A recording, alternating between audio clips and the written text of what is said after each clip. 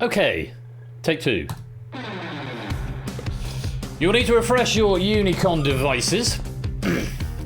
And I'm going to jump back in with the guys. And hello. Hello. I am a guy. And you're still here. That bit's stuck together. Apologies, folks. Just sometimes my computer just occasionally poos itself and dies. It's one of those things that blue screens are death. Man, how constipated is your computer? Yeah. Well, I've done a couple of restarts, so links on the screen. You'll need to refresh your devices because we're not in recovery mode. Now, what this means for the live game, obviously, guys, you've got 1,000 points already. Now, whilst you can pick the same question again, and I would encourage you in the interest of fair play to do just that, what it might not be the same coin, basically, that you pick, even if you pick the same box. So you can pick either the same or the other one.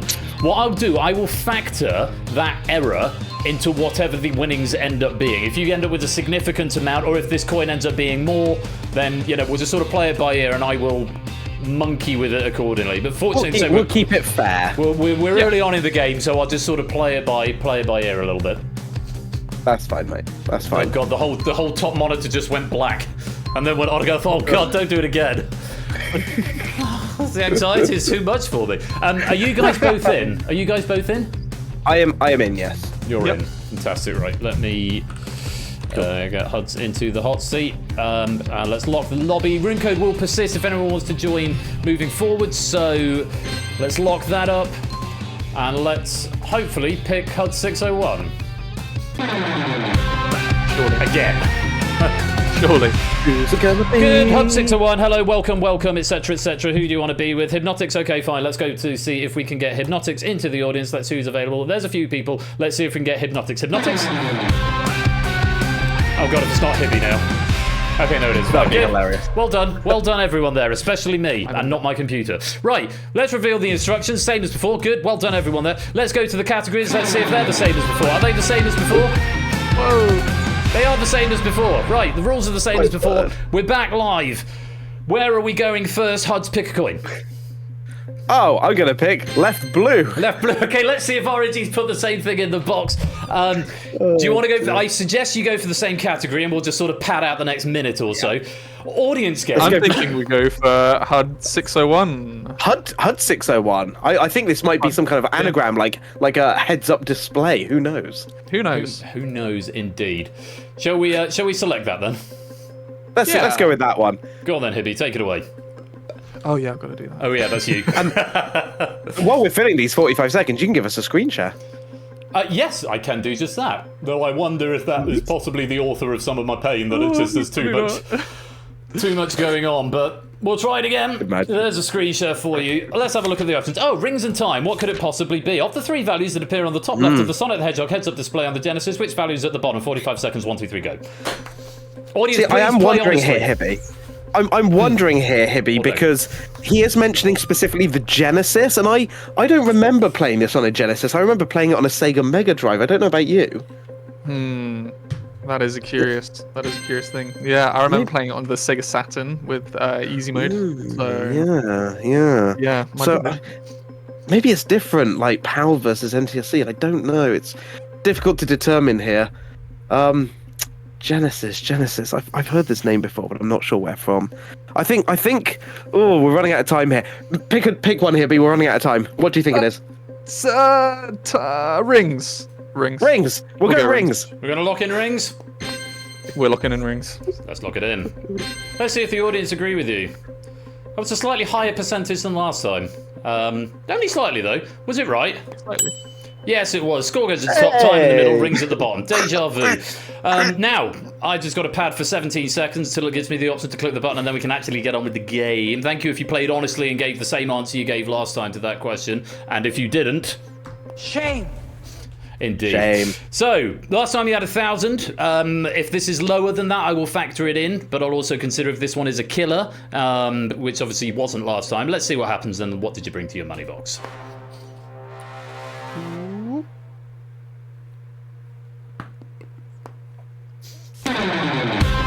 Okay, 350, so it's not as high, but it's still one of the required values for your maximum score, and it is cash. You're off the mark. 350 added to your jackpot. So as that stands, that is £3.50 going to Bristol Pride. We want to get it a lot higher than that. Let's go to our next coin selection, and Hibby, your choice. I think I'd like to go for the purple, so just below our previous coin. Purple left. Purple on the left. Oh, I gotta go for that. You've got to press the button. There it is, purple on the left, Here we go. loaded into the money box. 10 seconds to discuss, and then Huds, can you pick your next category? Any preference on this one? I'm thinking that I'm going to be really egotistical as a Twitch partner would and pick myself. You can do that. You can do that. We were trying to kind of decipher what they actually all mean. Yeah. And those last two are curious. I can't They say are. for sure, but yep, I'd trust you on whatever you're looking at. Let's do it. Huds601 is the category. Let's take a look at the options. Total hours streamed on Twitch or total Twitch followers? No. A little bit more thinking required on this one. Your question: Huds601 is a popular streamer and Twitch partner. As of 6th of June 2025, which of these numbers is greater? 15 seconds in the audience, 45 seconds for you two to discuss, and your time starts now. I think I know the answer to this one. I don't watch this streamer, so like I don't think I really know. I'm gonna have to trust you on this one, assuming you know. So, it well. I'm waiting for the ping. I think I know the answer to this one. So I know my total Twitch followers at the moment is around about 3,200 and something. The last time I checked my total hours streamed, I think was around 2,500. If I were to guess, I would say total Twitch followers. For the most part, I average 1 per hour, so I would be more inclined to go that way, mate. Yeah, Yeah? I'll go with you on that one because I know that Cool. that follow number that you gave me is accurate because Yeah. recently. Total Twitch followers, I think it is. That's time up. Shiro Harry, just have a guess. If you don't know, there's no point in abstaining. There's no penalty for getting it wrong. If you abstain, it's treated as wrong anyway, so just press something. We're going to lock in total Twitch followers. We're gonna have to, yeah. All right, let's lock it in. I'm fairly certain this is correct. I'm gonna kick myself if it's not. Well, you haven't gone for a straw poll, but the audience strongly disagree with you. The 73% think you've streamed for more hours than you have followers. Shall we have a look at the answer? Go on. How well does Huds601 know Huds601? Yes, he Very does. well indeed. Now, I don't know my numbers. These figures are both according to twitchtracker.com and accurate as of 4 p.m. this afternoon. You have streamed for 2,906 hours and you have 3,144 followers. Oh, So it's, okay. that they may not be the exact metrics, but those are the publicly available figures that we have. So, Yep. You haven't found any killers yet, and there's still a lot of cash there. Shall we see what we've got? What did we I really bring? hope you picked a big one here, Hibby. What did you bring to your money box?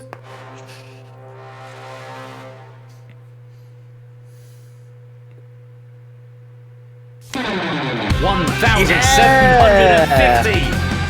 It's the second highest value in the game. That's £17.50 going on to your current jackpot, which will go to Bristol Pride. It's not a killer, so there are still 4 killers out there. We want to get rid of them, particularly we want to find them when we get in right answers, but for now, it's a great pick. It's a great answer. Let's add 1,750 points to your money box, or to your jackpot. Oh, look at that. 2,100. We're at £21 for Bristol Pride. Let's keep that number going up. As we've had 2 questions, let's take a look at the leaderboard. Your coins, audience, are the same as what the guys pick. Hibby and Huds with a perfect round so far. Also, AB Me, Fetz, Nebula Akoma, Race Pro, Steamer, Ukulelist, Toucan, and Venusaur, all with a perfect round so far. Well done there. We're going to go on with the game.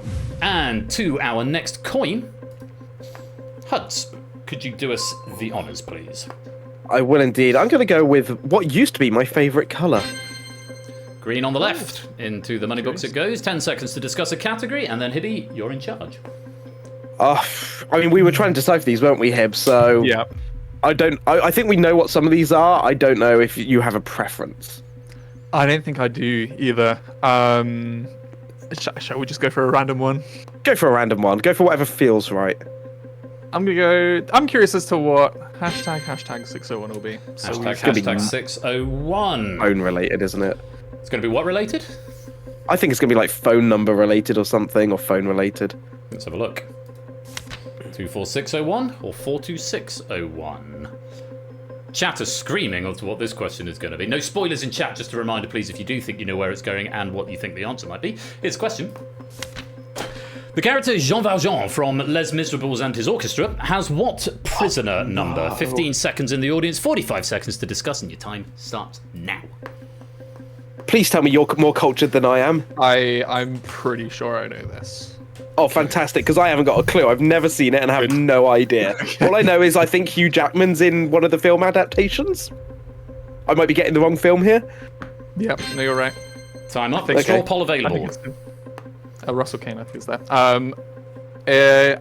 I'm almost adamant that he sings 24601 or something along those lines. 42601. Something just along doesn't those sound lines. right. Yes, it could be 24601 or 42601. That's still along I'm those happy lines. to. I'm happy to go with what you think it is. mate. 24601. Shapes Yeah, is let's go with absolutely that. right in the chat, by the way. What are we going for? 246. 24601. 24601. Let's lock that in and see what the audience think. Pretty evenly split, slightly leaning towards agreeing with you. 57% going for 24601. Shall we see if it's right? Yes. Yeah! And I'm What up? Javert. Do not forget my name. Do not forget me. 24601. There we look go. down. Look down. Yes, great. It's a great song. And yes, that is the right answer. 24601. Still no killers found. Still quite a lot of cash up there. Shall we see what we've got? What did you bring to your money box? Lucky green, come on.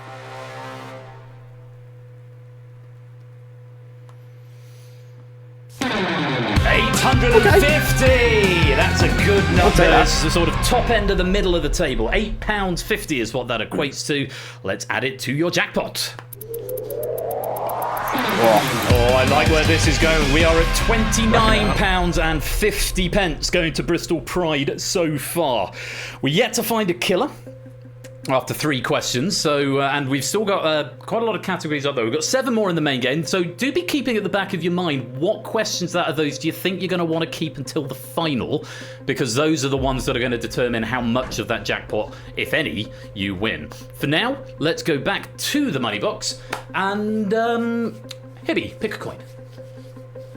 I think, keep things going, alternating. We're going to go to the bottom right for the red. Red one on the right, into the money box it goes. 10 seconds to discuss where you're going next, and then Huds, you've got control of the category. Okay, so if that one wasn't that, I'm now looking at like the plus 60 and thinking that's international dialing code stuff. Okay. I could And just be if a it mathy is, kind if it is, I know what code that is. of... Which Okay. is making me think that way, but I don't know if there's We anything want else to that keep takes that your for fancy. later, though. We might want to, If you yeah. want to run that risk. What are we going for, chaps? Where's your heart at? Go on, let's go with community. Club Let's go 601. community. Okay. Yeah. I like your I'm thinking gonna on take that Hibby's one, advice Huds. and Keep save that keep that thought in your head about what that train of thought, and Hibby, your idea of do we want to keep that for later? Maybe that might be a good idea. Couldn't possibly say, but just bear that in mind. Wink. Nod, wink, wink. Right, Club 601. Hud says community. Well, I may disappoint you. Options. Oh no. Evacuate the dance floor, or go on, put your hands up. It's club-related music, isn't it? And afraid so. Here's your question. Which words follow everybody in the club in a song that reached UK #1 in 2009? 15 seconds in the audience, 45 seconds to discuss it, and your time starts now. Oh no, what's the I think song? of what song it would be, yeah.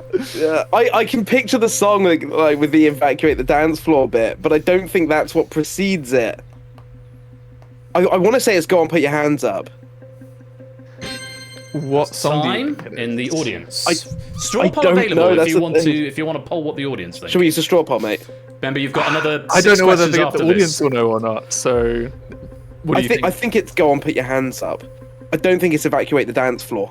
I think the words that precede that is different. If I had to pick, I'd say go on, put your hands up. I don't think this is worth risking I don't know.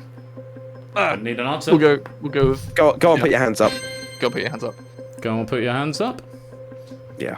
Okay, let's lock it in. I feel like I've got this one wrong. What did the audience think?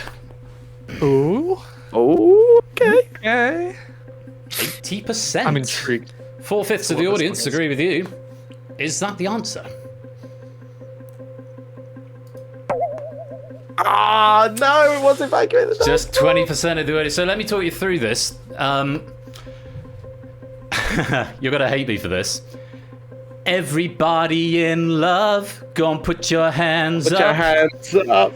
JLS Oh, you is sod. Everybody in Love, which reached UK #1 in November 2009. The other one, Everybody in the Club, Evacuate the Dance Floor, released by German group Cascader on the 29th of June 2009. It reached UK #1 in July, where it stayed for 2 weeks. Yes, very similar, but the JLS song is actually called Everybody in Love. Go on, put your hands up. Whereas the other one is Everybody in the Club, Evacuate the Dance Floor, and it's an absolute slap. Bad luck. You have not got whatever coin this is, and we've got to really hope this is not a killer, otherwise we're going to cut your jackpot in half. Let's find out. What did we bring to your money box? Please be a low coin.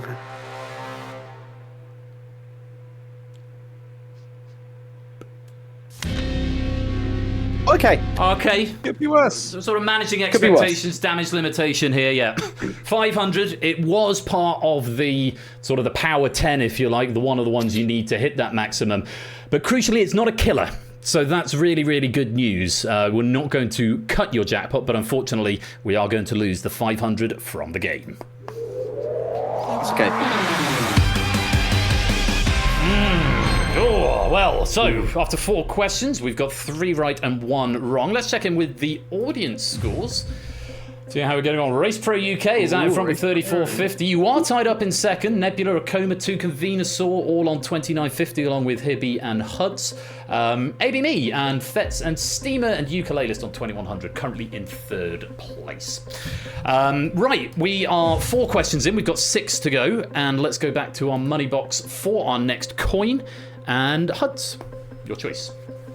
Oh, I'm feeling like the left side has been luckier for us, so I want to kind of stay there. So, I'm thinking. Let's go up the ladder with the yellow. Yellow on the left. 10 seconds to discuss your next category. And Hibby, you've got control. Okay, so that was another interesting one. So maybe we should temper our expectations for what we think the other ones will be. Yeah, completely. There could be anything at this point. Although surely pub, who knows? I reckon we go for one of the ones that we think like that's kind of like we don't know. Pick I'm looking whatever at you want, mate. maybe Puds or Spuds. Is there? Go for it. What have you had most recently? Have you had a pudding tonight? I technically have not, so it would be a spud. Should we get Spuds? Let's do it. Spud. Spud 601. Spud 601. Okie dokie. Let's take a look at our options. Cyprus Oh, or Santorini? Here's your question. These are going to be potato types. You got it. Famous for being cultivated in volcanic soil. What variety of potato is named for the island on which it is grown? 15 seconds in the audience, 45 seconds to discuss, and your time starts now. Is Cyprus a volcanic island? So my family used to live over on that. That was before I ended up being birthed into the world, and I don't think I've heard anything of that. But I don't know whether they would get volcanic soil. So straw poll is still available. I've heard of Santorini, but I don't know if it's potatoes. Do we want a straw poll on this one and see if the audience can help us? Yeah, go on then. Yeah, straw poll, please. Okay, let's take a look and see what the audience think. Yeah, I was leaning Santorini out of all of them. I think we should go with it. 3/4 of the audience think Santorini. Quarter thinks Cyprus. Yeah. Santorini.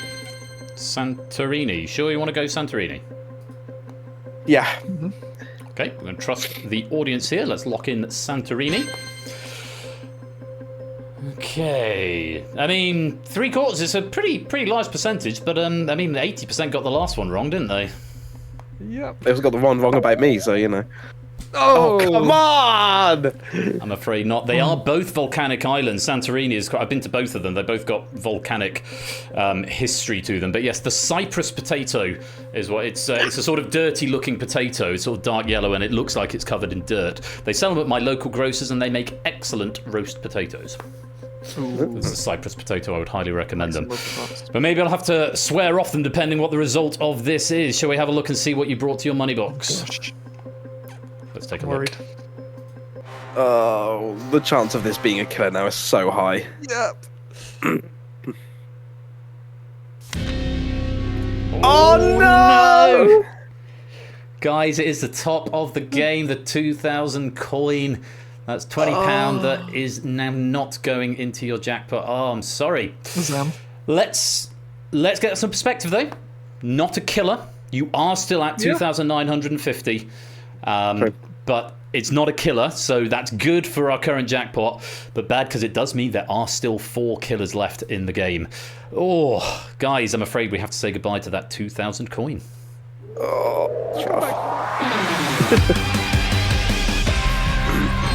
Okay. We've had a bit of a slump the last couple of questions. Let's get some momentum back into this. There is still some big money up there. You've got the 1,000, the 1,250, the 1,500 are all still up there, okay? So let's have some positive thoughts. Let's go for our next coin. Hibby, your choice. I think I'm gonna go with the other favourite. I think I'm gonna go for the right purple this time. Right purple. Let's load it into the money box. 10 seconds to discuss where we're going next, and Huds, you have control.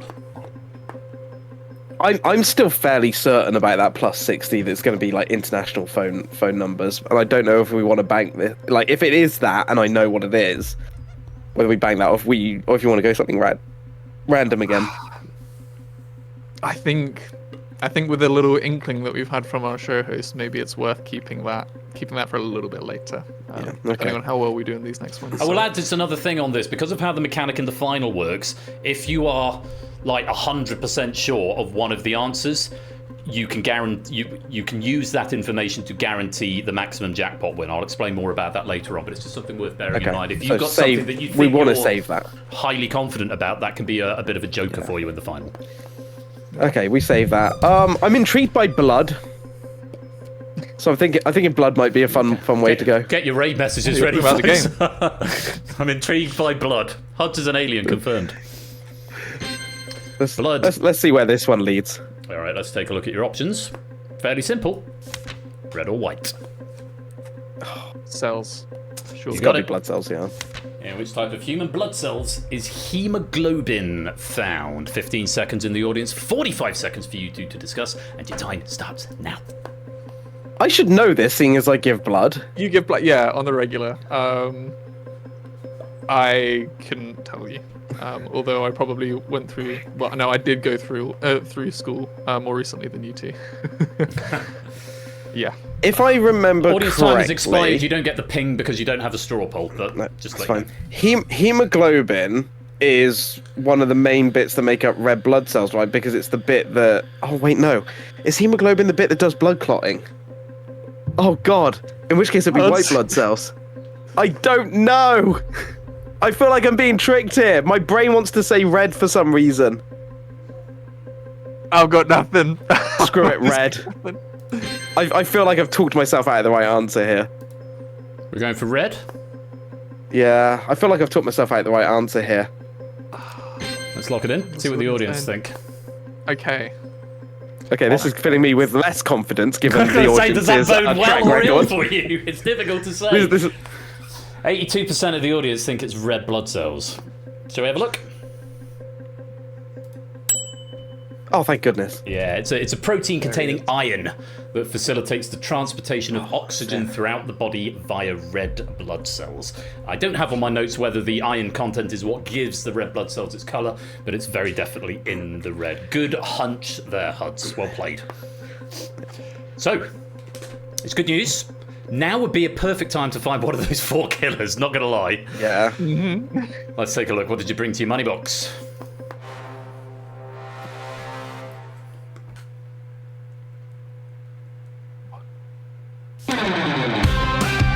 That not be a killer. Oh, God. Bittersweet. Okay, it's good money. It's 1,000. That's another £10 going to Bristol Pride, if you could keep it. But yeah, it's still not a killer. We have got 1, 2, 3, 4, 5. Sorry, we've got 6 coins left to choose from, and 4 of them are killers. Those are not great odds. They're not. Let's focus on the positives. That's another £1,000 added to your jackpot. £39.50. That's a very nice position to be in at this point of the game. We've got 6 categories left to choose from. 4 questions now, 2 of them in the end game. Let's take a look at the leaderboard. See how our audience are getting on. Race Pro UK on 64.50, Toucan 49.50, Shapes 43.50. You two slipping into tied 4th place with Nebula and Akoba all on 3,950. So, 2 more passes, 2 more pairs of questions. Huds, your choice of coin. Where are we going? I mean, it's a 4 in 6 chance of getting a killer here. Hibby, left or right? Oh gosh. Left. Left. Cool. Let's carry on up the ladder. Left orange. Into the money box it goes. And Hibby, you've got control, but 10 seconds to discuss your next category. So we're saving the plus 60. Yep. I'll be honest, I'm feeling like I need to go to the pub at this rate. I don't think that's one that we leave till later on. I think that's one that we should tackle now. Let's go for Let's do it. Pub 601. Okie dokie. Here are your options. The black horse, the white horse. Where might this be going? It's a name of a pub, and it's going to be a famous pub. More cerebral and more generic than that. Oh, Which boy. of these pub names is more common in the UK? There's no way you could just know this, so let's see if you can thrash it out. 15 seconds in the audience, 45 seconds to discuss. Your time starts now. Ironically, I think I do know this, but I don't want that to influence it. I swear I've seen one of those random articles that's like, oh, the top 10 most famous pub names in Britain. And I swear it's the Black Horse. Like, that one for me just feels right, but I don't know why. I have seen more white horses than black horses in terms of pubs, not as in actual horses and fields. So we have a conundrum. It's 50-50, isn't it? If you Yes, that think is very much the nature of this game. Is it's 50-50. But this is a true, you just can't know it. I'm happy to go with White Horse if you feel that is. But if more you think likely. you've seen an article about it, then Mate, I see lots of things about lots of things. I don't know. Time up. What are we going for? Are we trusting Hibby, or are we going with Huds' fictional article? Never go with my hunch. Go with White Horse. okay, let's go white horse. White horse? White Okay, horse. let's lock it in. How'd the audience get on? Oh, this gives us it's almost Brexit numbers, not quite. 61-39. Audience are marginally in agreement with you, just marginally. Let's see if they and you are correct. Hey, one hip. The black horse, 168. The white horse, 263. I've written down here, I'm with you, Huds. Intuitively, to me, it feels like the black horse is more popular, but I do bank with Lloyd's. I was about to say, I saw someone in chat say, maybe it's Lloyd's Bank. It's like, yeah, you see it everywhere because of the bank. You're right. And also, I know it's a reference in the TV show The In-Betweeners, where they go to the black bull instead of the black horse. So it's sort of, permeates with me in terms of popular culture. But you have found the right answer. It is the white horse. Very well played. Let's see. So now is a good time to find a killer. We've got the right answer. Let's find a killer and hopefully bring some more of that lovely money into the game. What did you bring to your money box? Come on.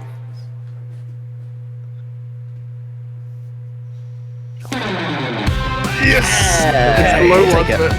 Yeah, it's the other form of bittersweet. It is a low value. It's only the 150, but it is one of those 4 remaining killers that gives you better odds going into the next question, and you got the right answer, so it doesn't affect your jackpot going down. Instead, we're going to add 150 to your jackpot. 4,100, that is £41 currently going to Bristol Pride. That's the potential jackpot for today.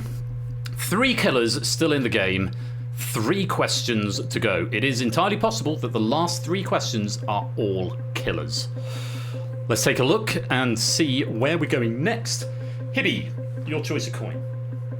I think it's time we clear that left side. It's been looking at me strange for the whole thing. We're going left red. Left red. Into the money box it goes. Huds, you've got control. 10 seconds to discuss where are you going next. I mean, if we're going red, I kind of feel like the most common thing that you see red for is errors. Error. Yeah, and I don't think that's one that we need saving for the final. No. Shall we go with it? Let's go error 601. Error 601 is the category. Let's take a look at the options. I have the feeling you might be a little happy with these options. Let's take a look. Bad gateway or declined? Oh no, I know what this is. Shall we have a look? The HTTP status code 601 refers to what sort of error? 15 seconds in the audience, 45 seconds to discuss it, and your time starts now.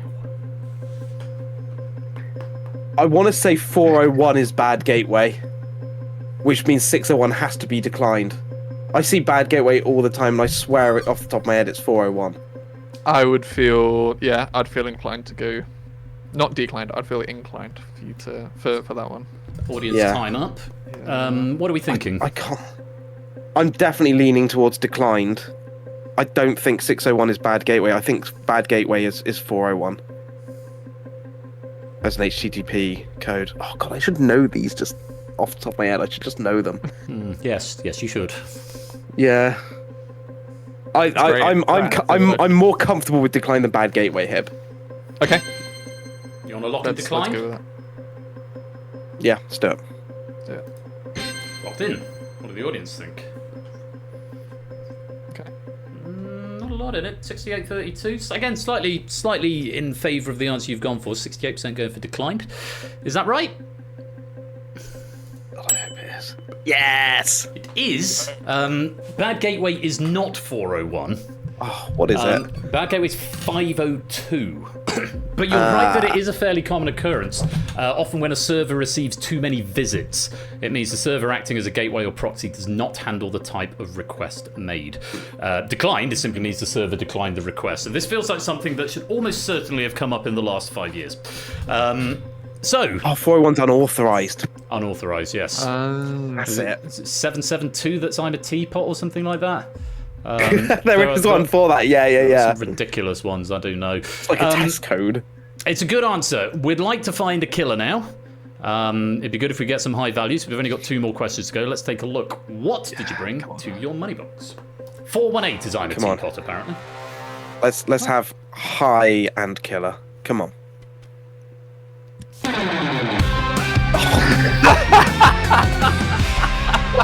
Oh, that laughter that accompanies the success sting is quite telling. I'm afraid it's only 100. It's the second lowest value in the game, and crucially, it's not one of those missing 3 killers. You've got 2 questions still to get through, and 3 killers still in the game. You are more likely now to find 2 killers on the last 2 questions than you are to find 1. And you are guaranteed to find at least 1. Just to throw that at you. Oh, yes. That's a future problem. For now, let's add 100 to the jackpot. We get the 4, yeah. We're up to £42. 4,200. So this is where you've got to really think, what are you leaving? Because obviously Huds has got a real strong inclination about that plus 60-1 category, and if it's what you think it is, that could be your ace in the hole come the final. That having been said, it depends how we play out in these next in sort of moving forward from here, and what comes to the jackpot and what happens on the next question. Let's take a look at the leaderboard briefly. Ooh, Toucan now the lead, 5,200. Shapes in second with 4,600. You guys are tied third. Hibby and Huds, 4,200, with Nebula also on 4,200. Those are the states of the scores as they stand. Right, we've really got to think. What are we leaving to the end? I'll give you a little bit more time to pick your category. For now, Huds, you've got a choice of coin. Left is clear. Okay. Blue, green, yellow, or orange on the right. Available. Right side. I mean, I got to go blue again, mate. Like, it's my colour. That's true. Let's go with it. My turn blue goes into the money box. I will give you a little bit of time to discuss, because you might want to be thinking about what you want to leave as well as what you want to play, given the state of the game at the moment. Yeah. So I'm still so like I say, if plus 60 is what is the international dialing code for plus 60, I know it. Okay. I won't say why yet. I'll keep that as a secret for everyone. But I know what plus 60 is. It's one of the few that I know. Okay. Intriguing. For the other 3, I genuinely don't know what they're going to be. Plugs, I think, is related to, like, you know, what style of plug for different countries, maybe. 601 being written out could be, like, time, perhaps? Or something to do with, like, phonetics? Phonetics? Yeah. Pud 601's going to be dessert-based, right? Yeah. We do like pudding, so... I'm happy for you to pick whatever you want, but I think plus 60 we should leave for the last question. Yeah, definitely leaving that. By the way, we are boned if it's not what I think it is. Okay. That's good to know. Well, it's still a 50-50 at the end of the day. I'm thinking either Puds or Plugs. You pick, mate. I'm going to go... Because I'm just so patriotic about UK plugs. Let's go Plugs. Yes. Plugs, best in the world. 601. They are great. Full disclosure, this was the question that had the most amount of back and forth with myself and the proofer on about how to exactly phrase it. It's also one of my favourite questions in the pack. I don't know if you'll agree. God. Let's take a look at your options. A shade of teal, a shade of khaki. Okay, so it's what wires for what? There's a number of layers to this question. First of all, obviously, you have to work out what those colours might actually be. And then there's another part to it. Here's your question. Take equal amounts of the colours used for the earth and neutral wires in a standard modern British plug and mix them together. What colour do you get as a result? This is very workoutable. You've got 15 seconds in the audience and 45 seconds to discuss amongst yourselves, and the time starts now. Okay, live is brown because brown is what comes out if you touch it. Neutral is should be black, I believe, on modern plugs. Earth is yellow and green, so I believe it's yellow, green, black. Yellow and green make blue with a bit of black. Should be a shade of teal because teal is a kind of blue, is what my brain says. If I've got my plugs right, and I'm starting to think that I haven't. Is black an old colour for it? Oh god, it's black and old colour for them. How many wires have you got altogether? No, neutral's blue. Neutral's blue. Neutral's blue. So it's blue, green, and yellow. Green and yellow is gonna with blue. It should give you. Oh god, no! Is it khaki? Because the khaki's like a brown. Oh crap! I don't know. Oh gosh, I'm overthinking it. What are we going for? I've got nothing. Green and yellow would make. With blue, is green and green. I mean, green is. What's green is made of? Sort of blue and Yellow and already, blue. So Yeah, so it's more blue and it's got to be a shade of teal once you add some blue to it. Because it's blue. That's all I can think of, mate. We're going with shade Screw of it, teal? shade of teal. Yeah? You've chosen the blue coin. I've screwed up here in my logic. I've got confused by old and new colours, and shade of teal. Let's lock it in. I'm gonna so regret this. That's a crazy question. Thank you. Oh, The audience don't agree. The audience think 59% of the audience think it's a shade of khaki. I can tell you, teal is a sort of muted dark blue. Khaki is a very dark olive green. Oh, it's gonna be khaki. The correct answer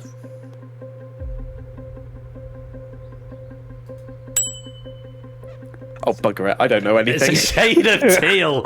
So there's a bit to unpack here. Earth is blue. Neutral is green-yellow, and live is brown. So you correctly identified the colours. Blue and Earth is green-yellow. Blue plus green-yellow would yield a dark teal colour, since green is already blue-based. Dark khaki would be the result of mixing brown and green-yellow, i.e. live and neutral, in those same ratios. Brown and blue would give a sort of slate-brown colour. So, but you got there. You stumbled over the right answer. Which is really good. Sorry. Now would be an optimum time to find one of those three killers. And it'd be good if we could find one of those higher values. The 1250, the 1500 still in there. 650 would be okay as well. 50 would be a bit of a damp squib after all that carrying on. Let's find out. What did you bring to your money box? If this is 50, I'm crashing out. Better not be 50. No more crashing here. It's a 650. Oh, okay. And it is a killer. It is one of those remaining killers. Whew. My heart's going a bit now. The amount of pressure here is unbelievable. You are yet to find, you are yet to reduce your jackpot. So this is really, really encouraging. Let's do the first step and add 650 to your jackpot.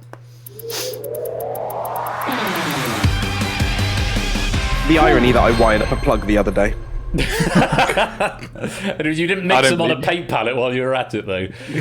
Well, we've got some old wiring in here, so like the neutral is still black, I think it is, or red. It's black, red, and then the earth is always green and yellow or something like that. Yeah. But I always remember what my dad told me, which is never touch a brown wire, because that's the one that'll make you poop colour yourself. Your pants go if you touch it. Yeah. So £48.50 is currently on the line for Bristol Pride. You have got 2 killers in the game and 3 questions to choose from. One of these coins will not be a killer, the other 2 are. You've got 3 categories, plus 601, Huds601, and 601. 1 you'll play now, 2 you will play in the final. Hibby, can you please select the final coin of the game? I am going to go for... It's not actually in the middle, but it's in the middle of the 3 there. I'm going to go for right. Right yellow. Into the money box it goes. Big decision. That was. Even bigger decision which question category you're going to pick.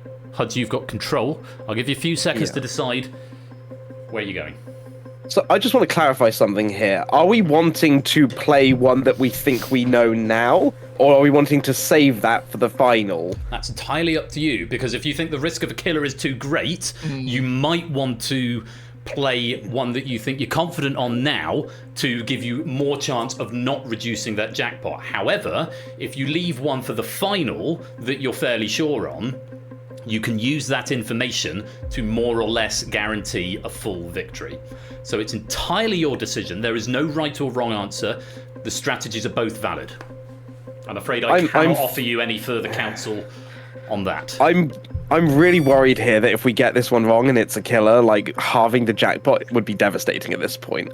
Whereas adding to it, at least, I don't know, like it feels to me like that would be the better option, mate. I have no strong feelings either way. You also got to bear in mind, if you halve your jackpot now, but then you can virtually guarantee to get it if the question falls the way you think it does, or You can increase your jackpot now, but then if you end up with 2 questions where you're really not sure on either of them, you could be in a pickle. I feel like we go with the plus 60 now and try and increase the jackpot. And then go in with the last 2 that we don't quite fully know. I mean, we've got to answer them all eventually. That's The true. order is very important. I'd rather go in with more money than with more safety, because I'm that way inclined. Okay, bad boy over here. Sure. Are you okay if I go plus 60? I will trust you with that. Yeah. Oh god, I'm gonna regret this down the line. Plus 61. Now, you had an inclination about this, Huds. I'm going to politely request that you keep this to yourself until I give you the sign that the audience game has locked. They might be able to work it out anyway. But let's take a look at the options and see if your inclination was right. Malaysia or Italy? And your question. The dialing code +60 is used to make a phone call to which country? 15 seconds in the audience. The guys will start chatting when that time expires and not before, and the time starts now. All the tension. I'm enjoying the poker face. It's very good.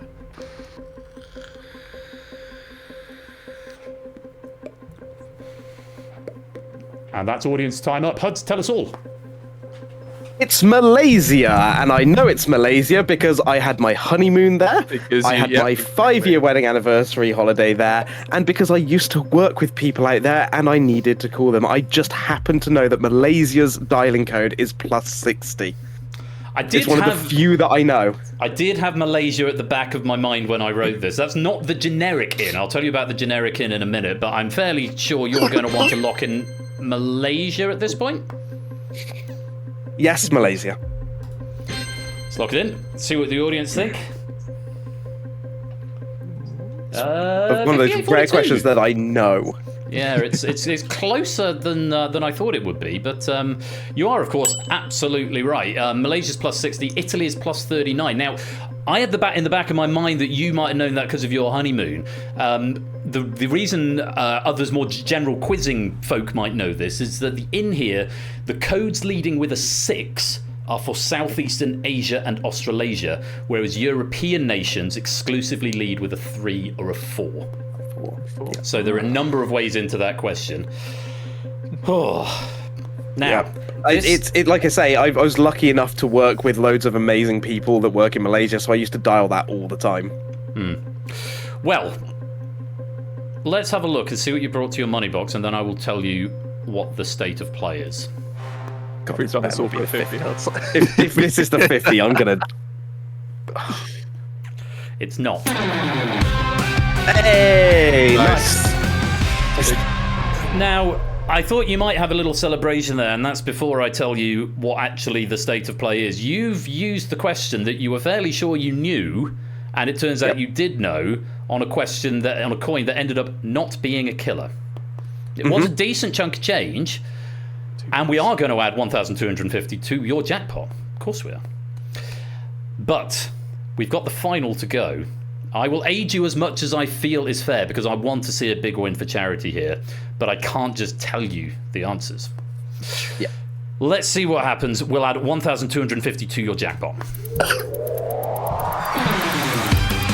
61 pounds is the potential jackpot that you are going to be given. I will be donating to Bristol Pride. That is your potential biggest win here. We don't know where the other killer was, but there was one other killer in there. We also didn't find the 1,500 or the 50, but 61 pounds is your maximum win. Let's take a quick look at the leaderboard, and we'll see that you are second, just behind Toucan on 7,100 and ahead of Race Pro UK on 5,225. That is the rest of the leaderboard as it stands at the moment. Now, I've been making a big song and dance about this endgame because here's how this works. The 2 remaining questions, you're going to face them one at a time. After each question, you answer in the same way, 45 seconds to discuss, and then you give me your answer and it's locked in. I will not tell you whether that answer is right or wrong immediately. You will then play the second question. Okay? We'll then put both questions on the screen. If, on the reveal, you've answered both questions correctly, you win £61 for Bristol Pride. If both questions are incorrect, your jackpot is reduced to the number of questions that you got right times 25. So you don't go away with nothing, but it won't be anything like 6,100. Now, this is where keeping that Malaysia question could have been very valuable for you. If you get one right and one wrong, you will have the option to swap one of the answers. I won't tell you which is right and which is wrong, but you will have the choice to swap one of them. If you swap one of them and they're now both right, you win the jackpot. If you swap the wrong one and they're now both wrong, you lose everything. However, you also have the choice, if one is right and one is wrong, to walk away, and you can walk away with half your jackpot, which would be £30 and 50p. Those are the ways that this game can go. And audience, you also have this metric for yourselves as well. So it's a little bit of a branching path there, but those are the options. You get them both right, happy days, you win. Get them both wrong, it's not a good ending. One right, one wrong. Well, that's a difficult choice. You're both clear on the rules? Yep. Yep. Okay, let's play the final. I believe in us here. I believe in us. We'll make it. Okay. First up, Huds601. You thought this might be a dessert style question. Please be Frooves, says Arking. Wouldn't that be nice? Wouldn't that be glorious? Here's your options. Macaron, macaroon. And your question: which of these sweet treats is more likely to be flavoured with coconut? 15 seconds in the audience, 45 seconds for yourselves. Your time starts now. Do you know which is which? I was just about to ask you that. Say the two main food groups. Yes. My brain says that macarons are commonly flavoured like, they're the ones you find at like train stations and Hotel Chocolat and stuff. I think macaroon is the one that's most likely to be coconut. Are we thinking the macarons are the ones like little kind of sandwichy type things? Or... Yeah. Yeah. I think a macaroon is somewhat coconut inspired. Yeah. It's got like coconut on top. Time's up. What are we going for? I think macaroon. I think we would get macaroon, yeah. If we could keep spoilers out of the chat, please, because the question is live, even if it's just a passing reference to it. Guys, if you keep your eyes off the chat, just in case there are spoilers in there, that would be great. I'm not sure if there's... I haven't seen the full context, but no spoilers on live questions in the chat, please and thank you. We're going for macaroon. Yeah. It's locked in. Oh, Question boy. 2. We'll do the macarena if we get it right. 601. Where on earth could this be going? Oh boy. Idiom or axiom are your options. Your question: the expression 6 of one and half a dozen of the other is an example of what literary feature? 15 seconds in the audience, 45 seconds for yourselves. Time starts now.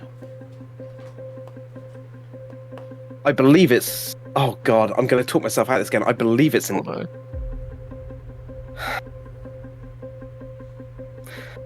A saying that kind of like has another meaning. You know, when someone says those kind of sayings, I believe are idioms. Because they generally get lost across languages. So, like, for example, when I go to events, I can't use idioms because they don't understand, like, British idioms if their native language isn't English. And I believe 6 of one, half a dozen of the other is an idiom for, like, it could be either way. It's 50-50, right? There's two of the same thing, kind of. I.e., this blooming question. Funny how we ended up here, yeah. Yeah. My brain tells me it's an idiom. Because I constantly tell people you can't use idioms when we go to speedrun events. You need to be more plain in your language. Time up. We're going with idiom?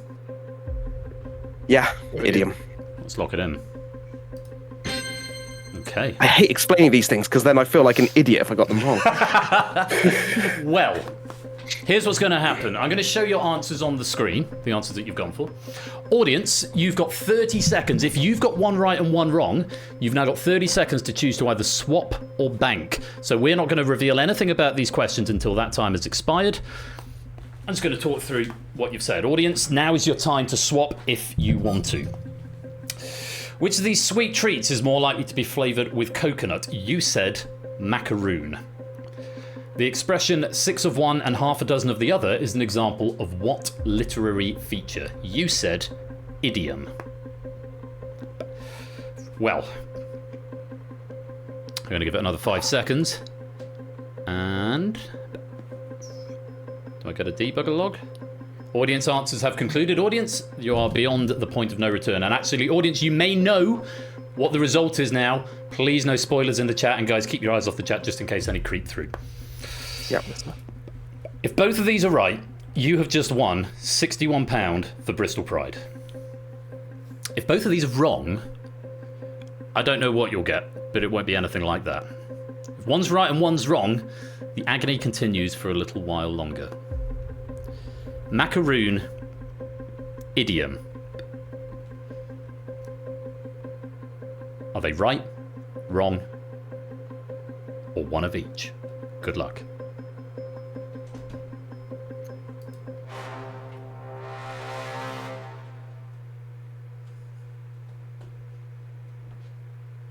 Yes! Let's have it! Come on! Oh, yes! Guys! I'm so thrilled for you. Oh, what a game. Come on! What an absolutely brilliant game. Huds, just at the end there, finding the information when you needed it. Just to go through that, an idiom, to give it its full technical definition, you're bang on, actually. It's an expression where the true meaning cannot be derived from the words themselves. So in this particular case, 6 and 2 threes, that's not 6 and 1/2 dozen of the other, same as 6 and 2 threes. You're right, it means there's very real little choice between the two options that are presented. An axiom, by contrast, is a statement which is regarded as being established and self-evidently true without needing proof. There's lots of examples of this in mathematics, such as like commutativity. So A plus B equals B plus A. We don't need to prove that. That's an axiom of mathematics. There's a few in linguistics, things like only humans speak English fluently. That's self-evidently true. As to the puts question, yeah, it's a lot of folks think it's just a translation quirk because they're both meringue based. But a macaroon is a slightly chunkier, rough-looking cookie made with desiccated coconut, whereas a macaron is made with angel's tears and almond meal by unicorn foals. And is like a drop of something wonderful from heaven.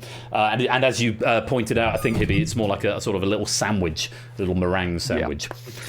So I have a fun little fact about that first one that I didn't want to say at the time, which is why I know about the coconut side of it. Because I have a quote in my quote bot where I accidentally, rather than saying desiccated coconut, I said desecrated coconut. They've never let me live it down, and it was about macaroons, I believe. So I had it in my head as to what they were, and I was like, it's got desiccated coconut on top. Farry, I was more in tune with your subconscious than I perhaps gave myself credit for. So happy days indeed. Let's just check out the final leaderboard and see where our gold, silver, and bronze medals are going. For our audience tonight, there we have it. Toucan takes the gold with 7,100. Race Pro UK takes the silver with 5,225. And it's Nebula who takes the bronze with 4,850. For everyone there, those point values, I think, get directly translated into pennies. So Toucan, congratulations, you'll have just won 7,100 pennies worth of channel currency. Hibby and Huds, I'm going to give those to you as well. 6,100 pennies of channel currency, and these are used in the end of season prize draw. So they're all good to have. Well, it's been a roller coaster. Start with that blue screen of death. I didn't think I was going to get back on the horse, but I'm so glad I did. I'm very aware, obviously, you had that 1,000 at the beginning that then became a 350. Given that, I'm inclined to round it up by £6.50, I think would be fair. Why don't we call it around 70? I think that feels like a the right thing to do. Incredibly fair of you and incredibly kind, so thank you. You're very welcome. It's such a great call. And also we've got 70 viewers at the moment, so that feels like it's written in the stars. So I'll round it up. I'll think of it as you got 9 questions correct, and so I think you only got 8, but I couldn't give you nice pounds. Or maybe I could. I mean, maybe you could. The jackpot has perfect. 0 and 1 in it at the moment. So it'll be somewhere between 61 and 70. I think that'll be going in. And I'll sort that probably on your next live stream, because I've got to set up for the next game. But yeah, that's fine. Absolutely. Guys, thank you so much for coming to join us. I hope you've had a good time here, and what a great result for Bristol Pride. I'm so thrilled for you. Thank you so much for giving us such a great game. Anything you'd like to say at the end? I love he's pointing at me. Your hand up, yeah. You're pointing. I thought you were putting your hand up. No, I'm pointing. Yeah. It's on him. Honestly, I just want to say I couldn't have asked for anyone better to join me in this one. Thank you, Hibby. You've been stellar, and there's no way I would have got this amount on my own. So thank you very much for joining, and I hope you've had fun, mate. It's been nice to finally do a collab. No, this was a lot of fun, and I'm flattered that you'd say that you can't think of anyone better. I think Race Pro you could have had, because they were doing very well in the rather well, didn't they? Yeah, and forgive me for getting that. Toucan seemingly knows more about you than I do, so maybe one for the next mod. The next mod face when you're looking for mods again in the future. Well, it's certainly some very strong quizzes among your community, and of course they're all very welcome over here amongst the Game Night community. You're very welcome back anytime, Thursdays and Saturdays at 8 PM. But that is not the end of the night. We are going to say cheery bye to Hibby, but I'm going to keep Huds here so that he can heckle. Have you got the spreadsheet? Because they won't debug. I do, yes, mate. So you keep that spreadsheet open, and I'll let you read all the little trivia nuggets off after the questions. That'll be fun. We are going to be playing Spotlight. It's a very specially curated database that's been put together by myself and Huds.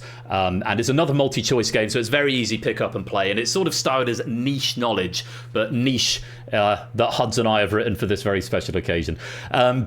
Guys, thank you again. I'm going to drop the voice, and hopefully there won't be any hot mics on, and we'll roll the credits. I'm going to play some adverts, so if you're not subscribed, you'll see some adverts, but please do come back in about 5 minutes' time, because we're going to play Spotlight.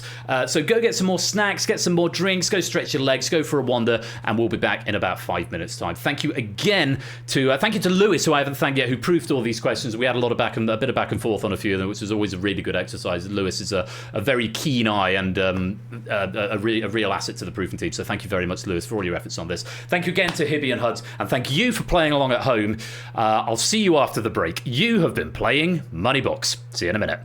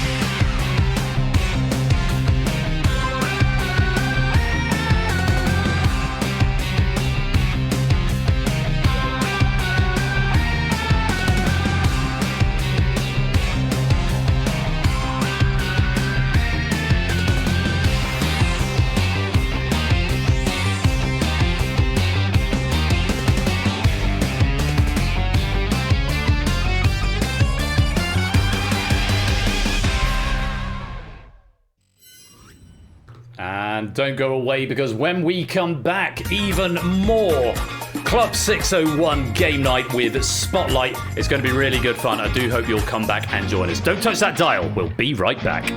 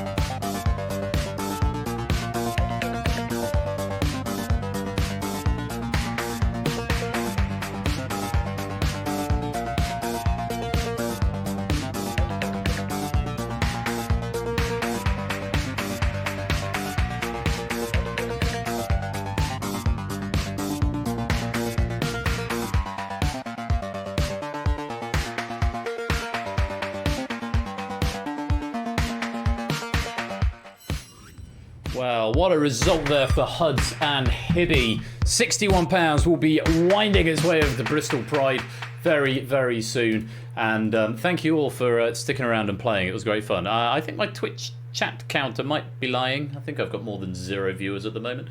But yeah.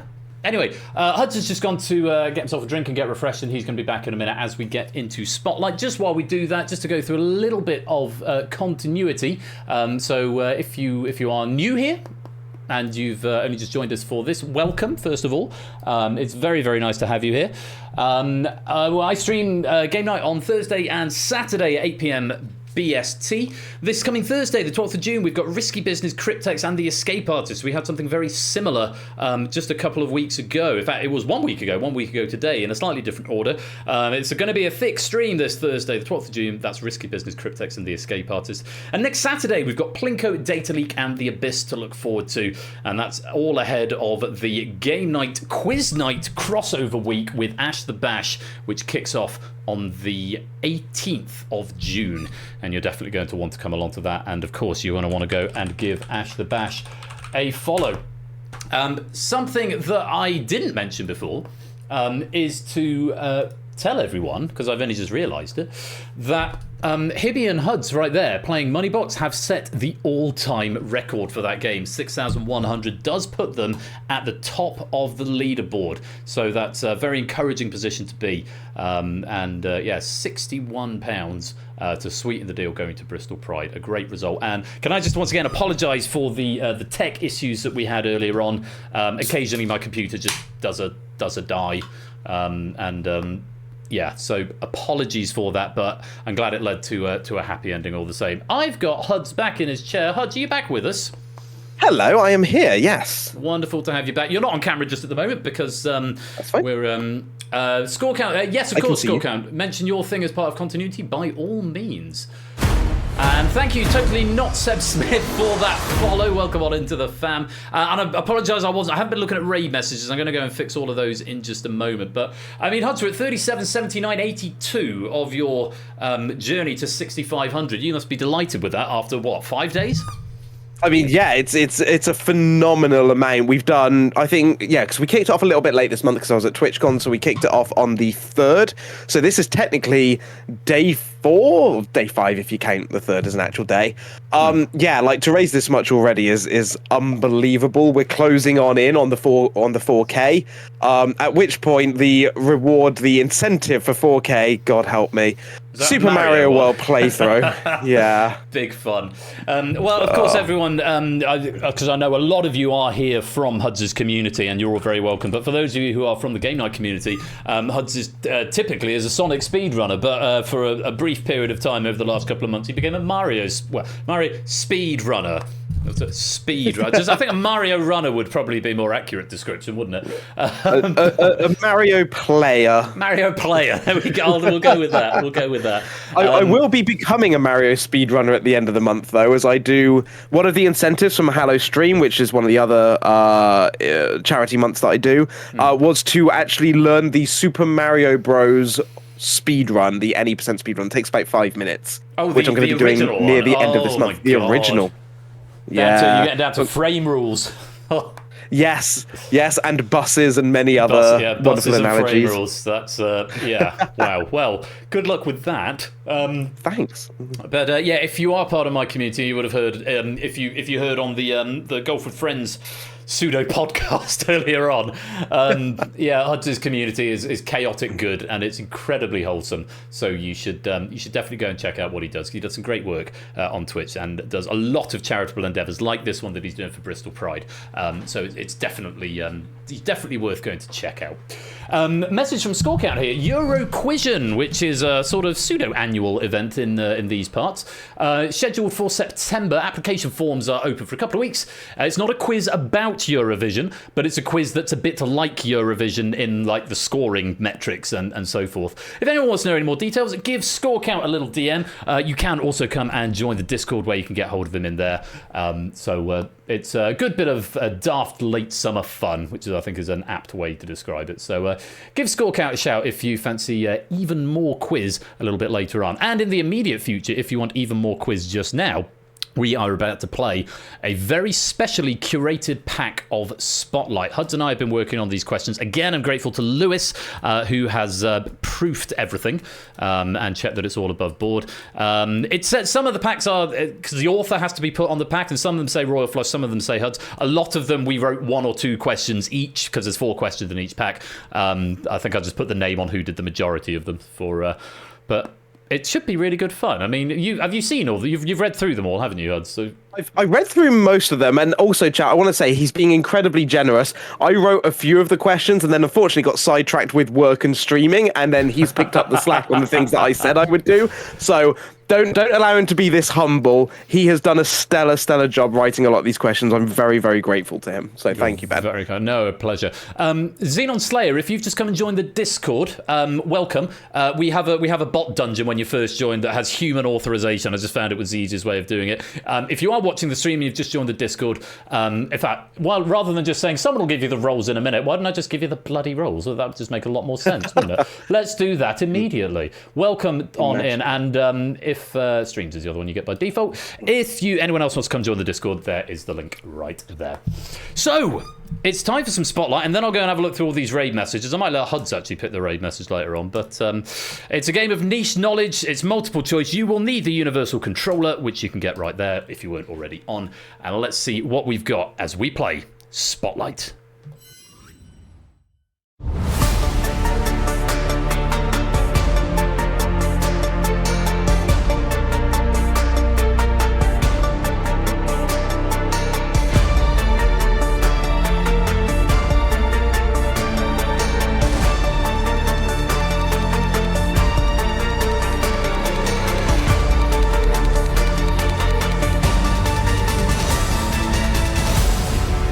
Welcome to Spotlight.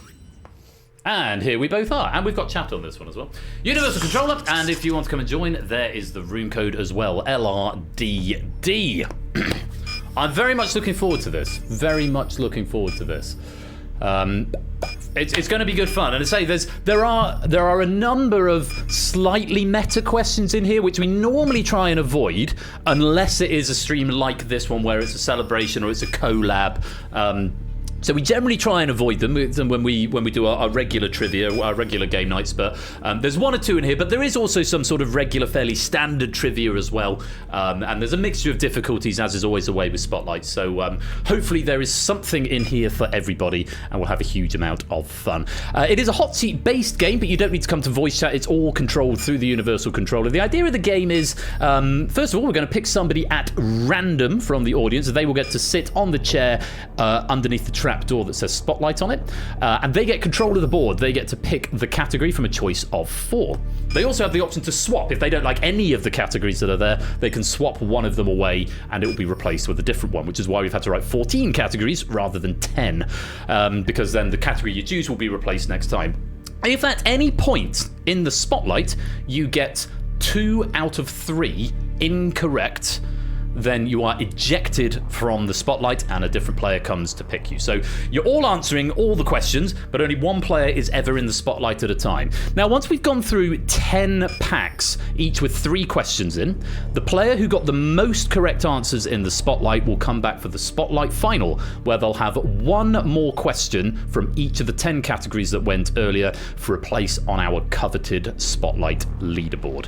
We've also got some default ejections. If you manage to get 12 questions right, then you will be ejected automatically, but that will put you in a very strong position to potentially get into the Spotlight final. At all times, if it picks you to go into the Spotlight, you have to press a button to confirm that you're still here, so make sure you keep your universal controllers, because that's also how you answer.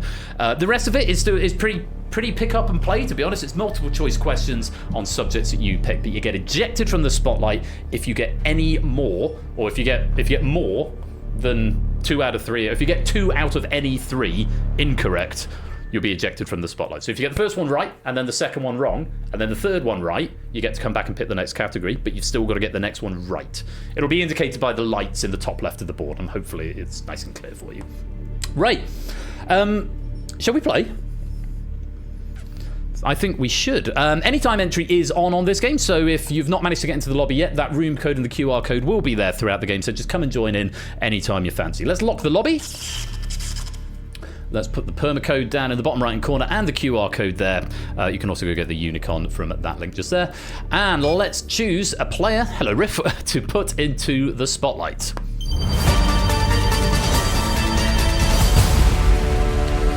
Prude's on a phone. Press the button to confirm you are still here. Did you say you want a screen share? Or, okay, let me turn my virtual cam back on. There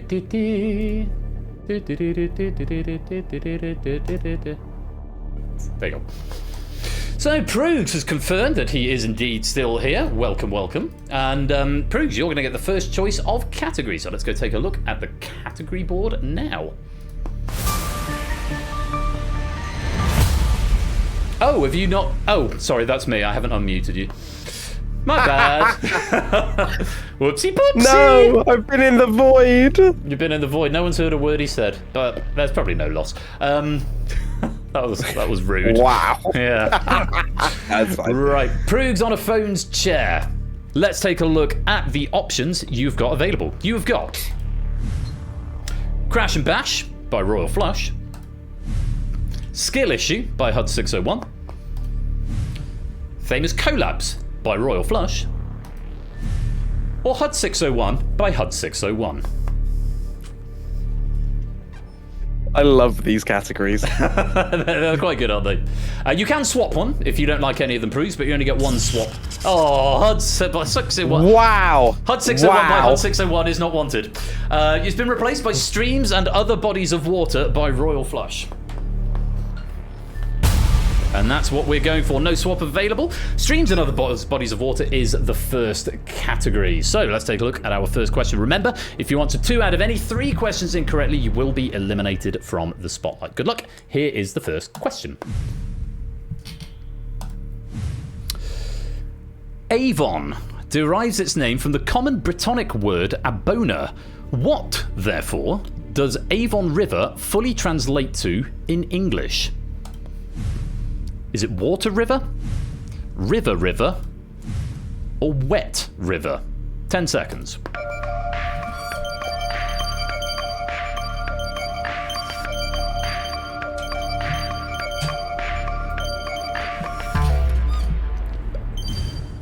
And that's time. Correct answer.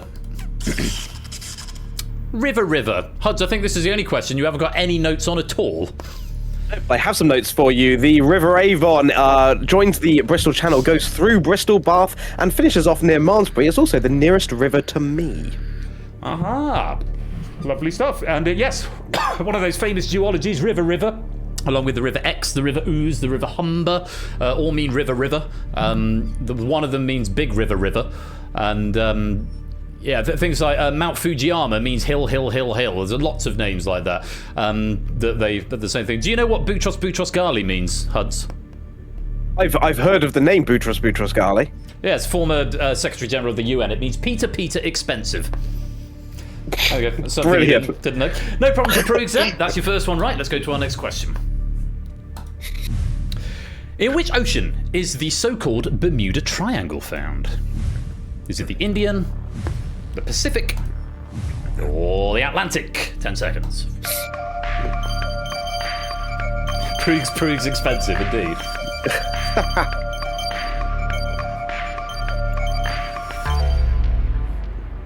Prudes getting an answer in the nick of time there. The correct answer was the Atlantic. Huds. Yeah, also known as the Devil's Triangle, loosely defined, as a region in the North Atlantic Ocean, roughly bounded by Florida, Bermuda, Puerto Rico. Most of you will probably know that since the mid-20th century, it's been the focus of a bit of an urban legend, suggesting that many aircraft ships and people have disappeared there under mysterious circumstances. I've got the same notes as Hudson's got, so I thought it'd be fun just to mouth along with them. Yeah, absolutely. The Bermuda Triangle is in the Atlantic Ocean. Thank you very much, Huds. Here's your next question. Prudes guaranteeing he's going to get to pick the next category, even if he gets this one wrong. Let's take a look at the third question. The Challenger Deep at the southern end of the Mariana Trench is the deepest known point in the Earth's seabed. Which of these countries is it closest to? Is it Somalia, Nicaragua, or the Philippines? 10 seconds.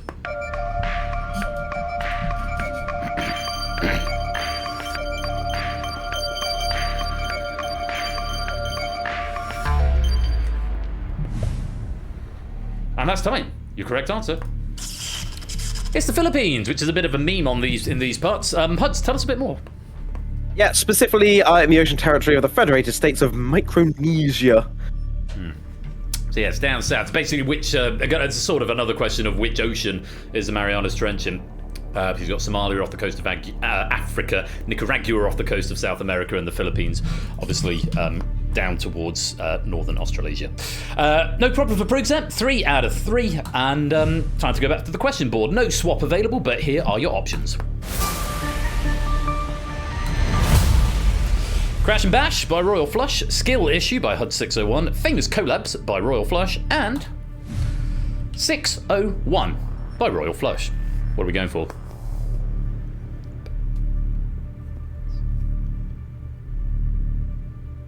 Which one? 601 by Royal Flush. Remember, if you answer 2 out of any 3 questions incorrectly, you will be eliminated from the spotlight. You got a free answer on this one. Even if you get this one wrong, you get to stay in the spotlight. Let's take a look at our first question on 601. How many English or British kings have had the regnal name John? 6, 0, or 1? 10 seconds.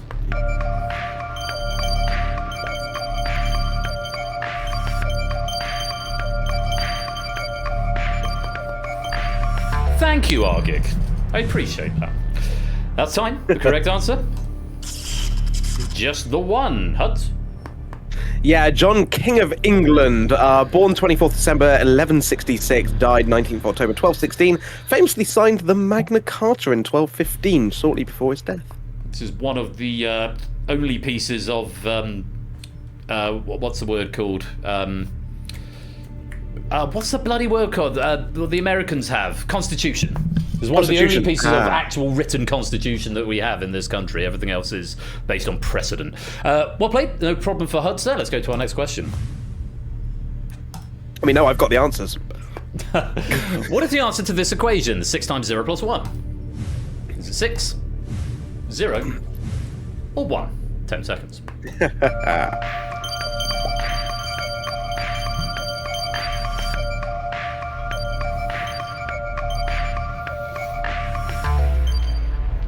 People are going to fight. Well, they're not, because what we've got is accurate. The correct answer is 6. Huds, tell us why. Yeah, come on, you should all know this. Pedmus, or you may know it as Bodmus, i.e. it depends whether you say parentheses or brackets, but effectively, you do your parentheses first, so you do the 0 plus the 1, which equals 1, and then you do your multiplication afterwards. 6 times 1 is 6. Of course, without the parentheses, the answer here would have been 1. You've had to do the multiplication first, and then add on the 1. I decided not to be quite as cruel as that. No problem for Proogs. Let's take a look at our third question on 601. When spelt in English, how many US states contain the letter Y? 6, 0, or 1? 10 seconds. I'm detecting a bit of theme here. Just a small one.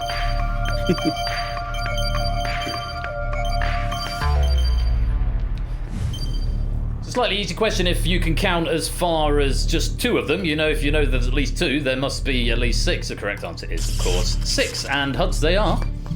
Yeah, it depends if you know your US states, but Kentucky, Maryland, New Jersey, New York, Pennsylvania, and Wyoming. Extra questions, it's UK English or US English. Doesn't matter, they're spelt the same, Argic. Proogs, that's your first misstep. You only got 5 in total, 5 out of potential 6. And you have got that red light, which means you must get the next 2 questions correct if you want to stay in the spotlight. But for now, you do get to pick the next category. Let's see what we've got. You got Crash and Bash by Royal Flush, Skill Issue by Huds601, Famous Collabs by Royal Flush, and the reason I chuckle, because there's no getting away from it, Huds601 by Huds601 comes back for another go. So what happens when there's only 14 packs in the game? Yeah, comes back with a vengeance. You can't swap this time, Proogs. Where are we going?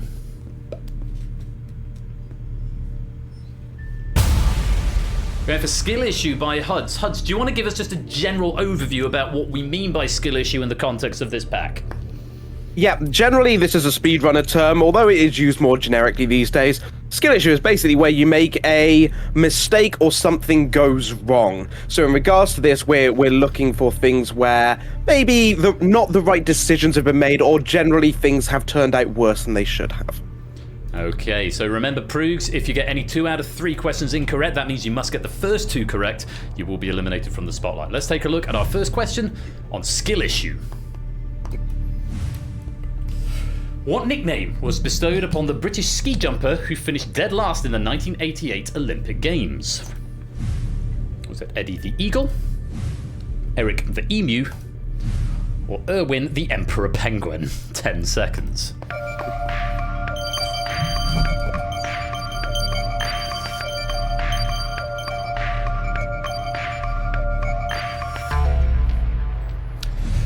And time. Correct answer. Well, of course, Eddie the Eagle. Huds.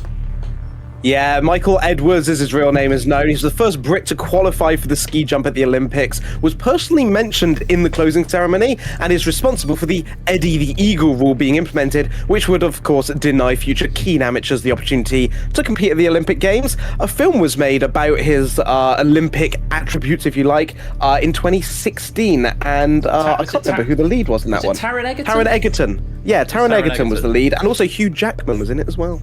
That I didn't know. I've not actually seen it, but I mean that rule seems to sort of be against the spirit of the Olympic Games, which is sort of the celebration of, you know, perseverance and trying hard irrespective of results. I mean, the Jamaican bobsled team is obviously the other one that was a very famous film made of called Cool Runnings. But there we go.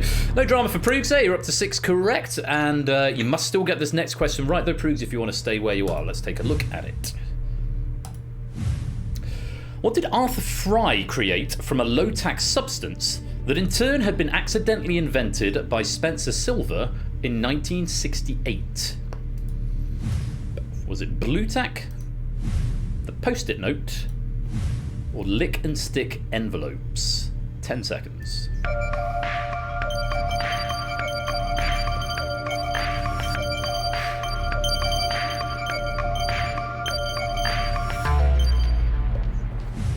And that's time.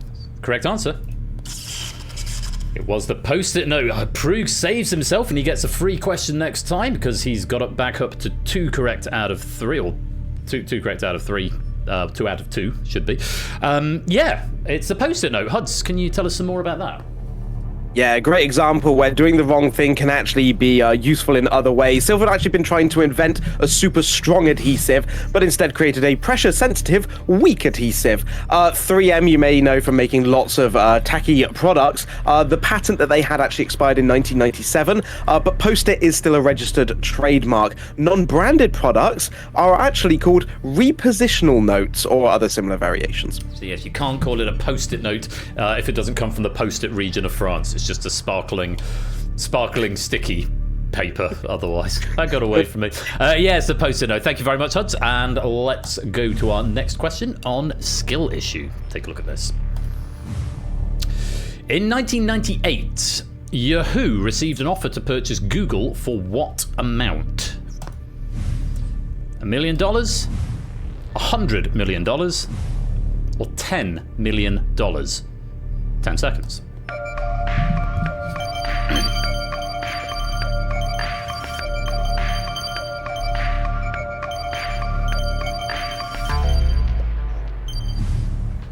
And that's time. Correct answer. It's $1 million. It's another wrong answer from Proogs, but you got the previous 2 correct, so you do get to pick the next category, but pressure will be on for the first 2 of the next category. Huds, tell us some more about this. Yeah, it's a really interesting one, this one. Larry Page and Sergey Brin are, of course, the founders of Google. At the time they invented Google, this was back in 1996 or 95, I think it was, they were currently doing academic pursuits in Stanford, and in 1998 they wanted to continue those academic pursuits. So they offered Google, which was then known as Alta Vista, to Yahoo for just $1 million. They tried to sell it rather than Yahoo approaching them. But Yahoo actually turned them down. Yahoo then went back to Google in 2002 to attempt to purchase them for $3 billion, but but the deal fell through when Google demanded $5 billion at the time. As of writing this question a few days ago, Google's parent company, Alphabet, was worth $2.04 trillion. That's with a T, trillion.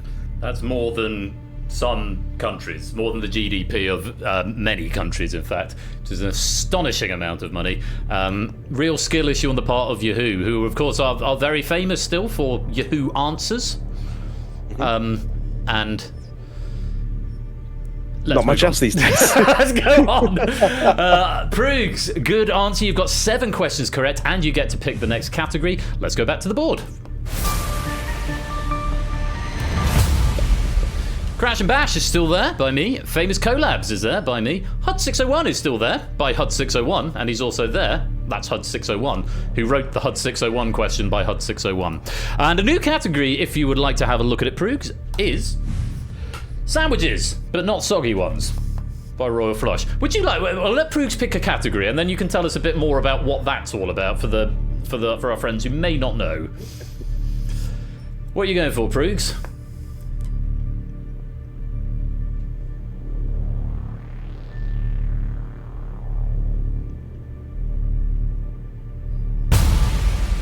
Crash and Bash by Royal Flush. Maybe we'll save that sandwich trivia till a bit later on then. Hudson, we can tell everyone what that's all about later. We're going for Crash and Bash by me. Remember, pressure is on here, Proogs. If you get the first one or the second one incorrect, you will be eliminated from the spotlight. Let's take a look at our first question on Crash and Bash.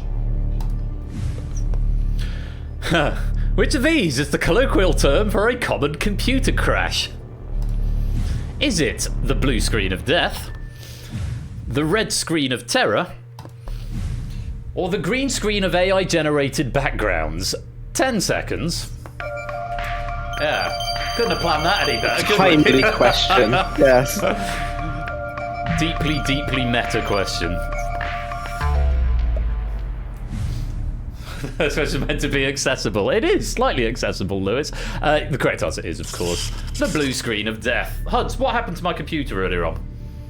Yeah, your computer crashed and you had a blue screen of death. Yes, it did. Yes, it did. There you go. How timely. They are indeed the worst. They're just so bad, especially when the error codes. You Google the error code and it says, oh, have you tried updating the drivers? Or try updating the BIOS? Or disable your antivirus? I'm like, no, it's obviously not. Anyway, never mind. Moving on rapidly. Yes, it was the blue screen of death. No trouble for Proogs there. Still pressure on for this next question, Proogs. Let's take a look at it. Basher Tar, the munitions expert in the 2001 film Ocean's 11, is played by which actor?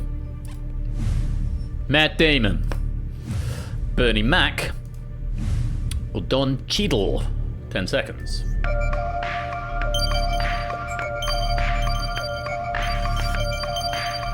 I did, okay. Yes, I did. And that's your time up. Correct answer. No, Proogs, you can go no further. The correct answer was Don Cheadle. Huds, have you seen Ocean's 11? Yeah. Ocean's 11 is one of my favorite films of all time. I have seen it probably over 50 or 60 times now. It is a remake of the 1960 Ocean's 11's film, and this one came in a trilogy: Ocean's 11 in 2001, Ocean's 12 in 2004, and I want to say Ocean's 13 in 2007. Don Cheadle does indeed play Basher Tar, who is the munitions expert.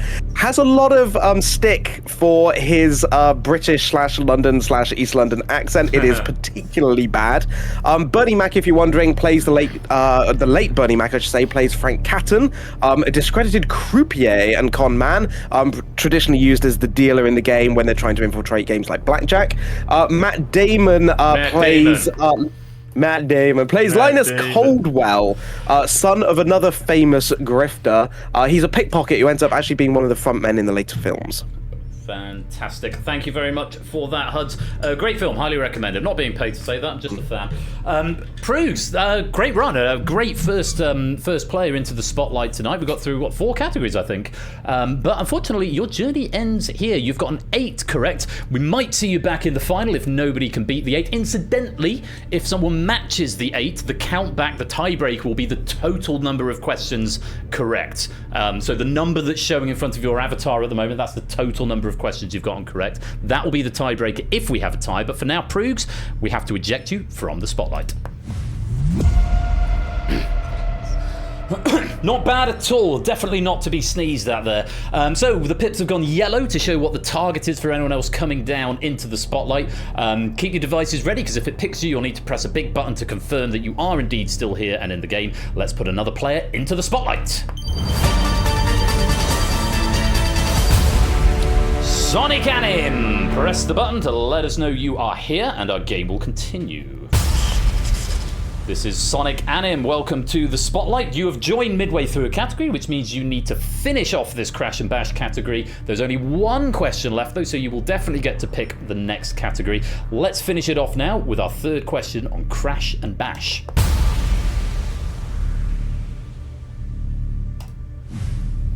Which controversial UK politician was involved in a plane crash in 2010? Was it Nick Griffin, Boris Johnson, or Nigel Farage? 10 seconds. Yes, I'm aware that is not how you're supposed to pronounce his surname.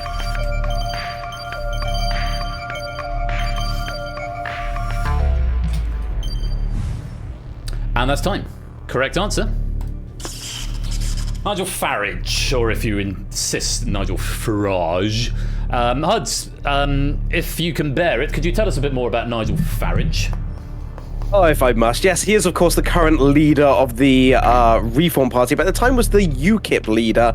He escaped with just minor head injuries after a light aircraft that was towing a Vote UKIP banner crashed in Northamptonshire in May 2010. The Air Accidents Investigation Branch report basically said, or concluded, that the banner became caught in the tailplane, forcing the nose of the aircraft down. It's a rather famous image of him actually stood in a random field by said plane, looking rather worse for wear.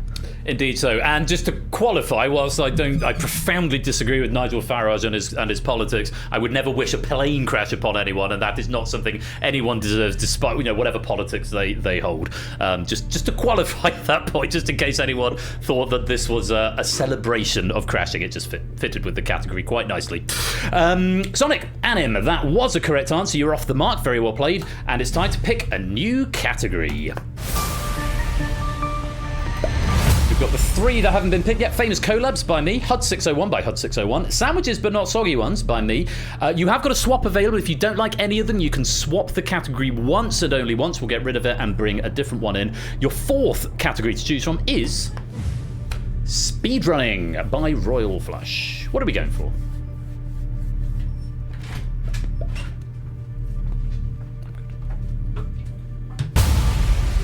We're going for Huds601 by Huds601.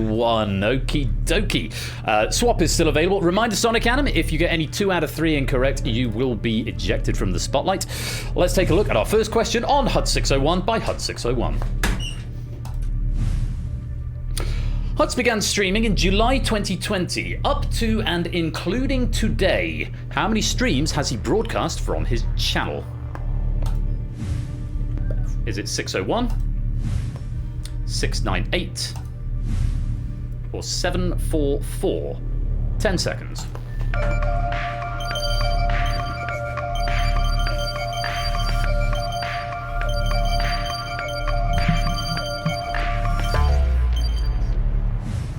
That is time. I've just remembered the thing that I had to absolutely not forget.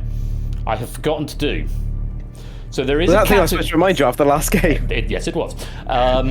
Now, it's not a problem yet. If the category comes up, there is a problematic category in here.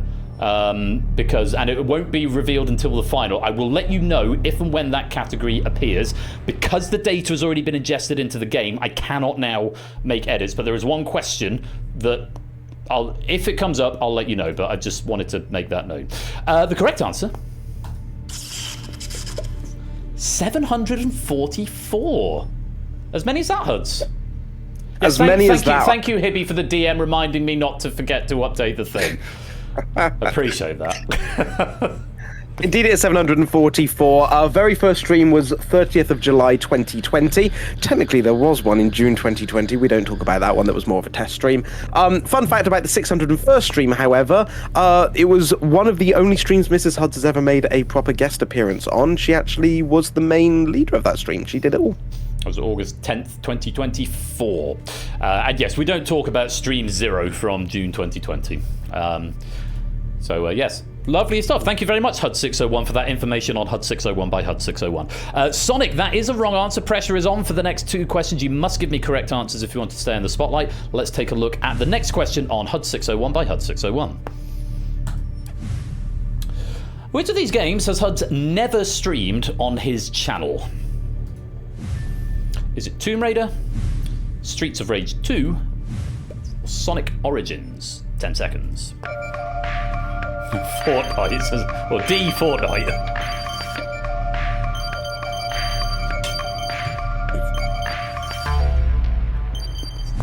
And that's time. The correct answer. Oh, Sonic. No. It wasn't Streets of Rage 2. It was Sonic Origins. Sonic Cannon going for Streets of Rage 2. Huds, tell us when you've streamed those other two. Yeah, Streets of Rage 2, I actually did speedruns of it all the way back, I want to say, in 2020. At the time that I did them, I didn't own a webcam because my previous employer asked for it back, so I was represented on stream by Sonic Chungus himself. Tomb Raider was one of the very first casual playthroughs that I did on stream, because I absolutely love that game. It's very infamous for the dive death right at the very end of the game. Yeah, which so began the verbiage of Hudsing it, basically dying in a game where there's literally nothing else that can hurt you. But Sonic Origins, I don't actually own it. Man doesn't even own it. Oh, Sonic Anim, not to be. The category Huds601 by Huds601, and thank you Huds601 for the information on Huds601 by Huds601. Sonic Origins was the answer, not Streets of Rage 2. Thank you for playing, but we have to eliminate you from the spotlight. So 8 is still the target as set by Proogs. We've got to put another player into the spotlight to finish off this category on Huds601 by Huds601. Let's put another player into the spotlight. You're having way too much fun with that. Yeah. Fallen Angel, press the button to let us know you're still here.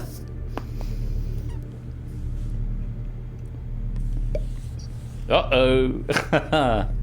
One of the mods. Big button.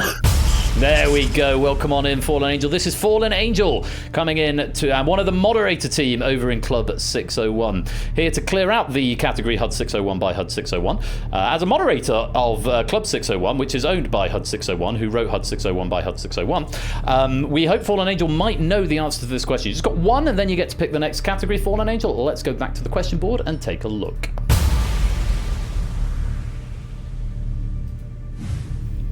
Despite regularly streaming 4 or more times a week, Huds also has a day job. In what industry? Is it IT support, education, or software development? 10 seconds.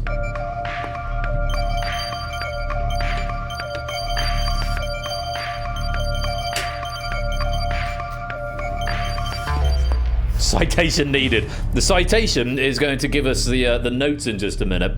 If you were at the Go For Your Friends earlier on, this did briefly come up. The correct answer, IT support. Huds, tell us all about your IT support, as much as you can. As much as I can. So yes, I am a middle manager for a consultancy company. I work generically within IT support within the defense industry, and that's literally all I'm allowed to say. Thank you very much, Huds601, author of Huds601 by Huds601. We will have another question from Huds601 by Huds601 at the end of the game in the final, when Huds601 will tell us some more information about the question in the pack Huds601 by Huds601. Thank you very much, Huds601. Fallen Angel, that is a right answer. You get to pick the next category, and let's take a look at the category board. Famous collabs by Royal Flush. Sandwiches but not soggy ones by Royal Flush. Speedrunning by Royal Flush. You have got a swap available if you don't like any of these options, Fallen Angel, but only one. And Robblehead, thank you very much for that follow. And your fourth category, Fallen Angel, is Sonic the Hedgehog by Huds601.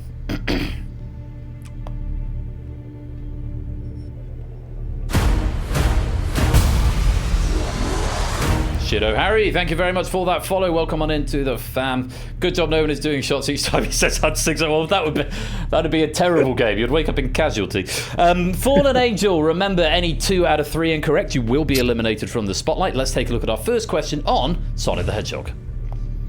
I mean, I was only going to do it for the one that was Huds601 by Huds601. I'm not going to do it for the others. Take a look. Unlike Sonic, he doesn't chuckle, but what species of animal, singular, is Knuckles? Echidna, fox, or hedgehog? 10 seconds. I just want to say I'm very proud of this question.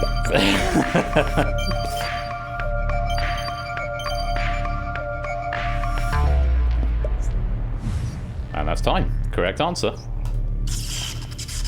He's an echidna, isn't he, Huds? He is indeed Guardian of the Master Emerald, introduced technically in, I want to say Sonic 3, but I'm probably going to get shot down and told that's wrong, but screw it, Sonic 3. Depends if you count the manga. His first video game appearance was indeed in Sonic 3 and Knuckles. Or Sonic 3 and then latterly Sonic 3 and Knuckles. I don't have that written down, I just happen to know that because I'm a nerd. Well played, Fallen Angel, no drama on that one. You're up to 2 and no pressure on this question. Let's take a look and see what it brings. Sonic's best friend and sidekick is a play on words for which measurement of speed? Is it kilometers per second, miles per hour, or meters per minute? 10 seconds.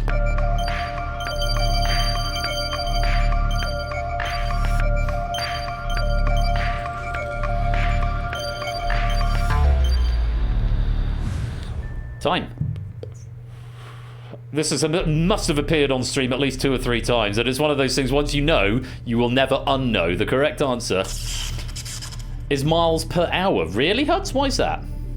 Yes, he is better known, obviously, as Tails, because of his 2 tails that give him the ability to fly, but his proper name is Miles per hour.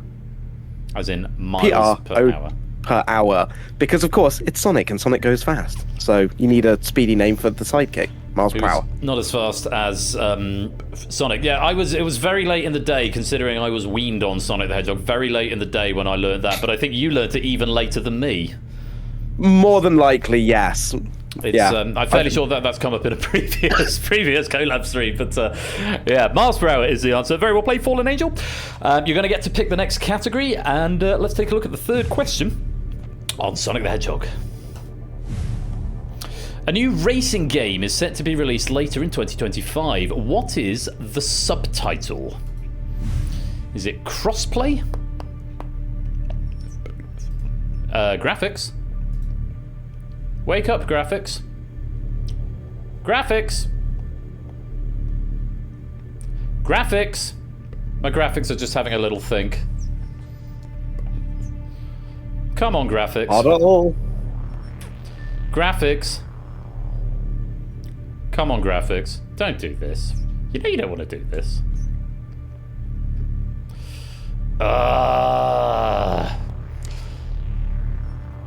Come on. Well, at least it's not a blue screen of death. We can just sit here nicely. wait for the graphics to respond. It might be ages. They might not. I mean, I can't think what they've done. I mean, I've got a whirling blue circle when I hover over the graphics software. Oh no.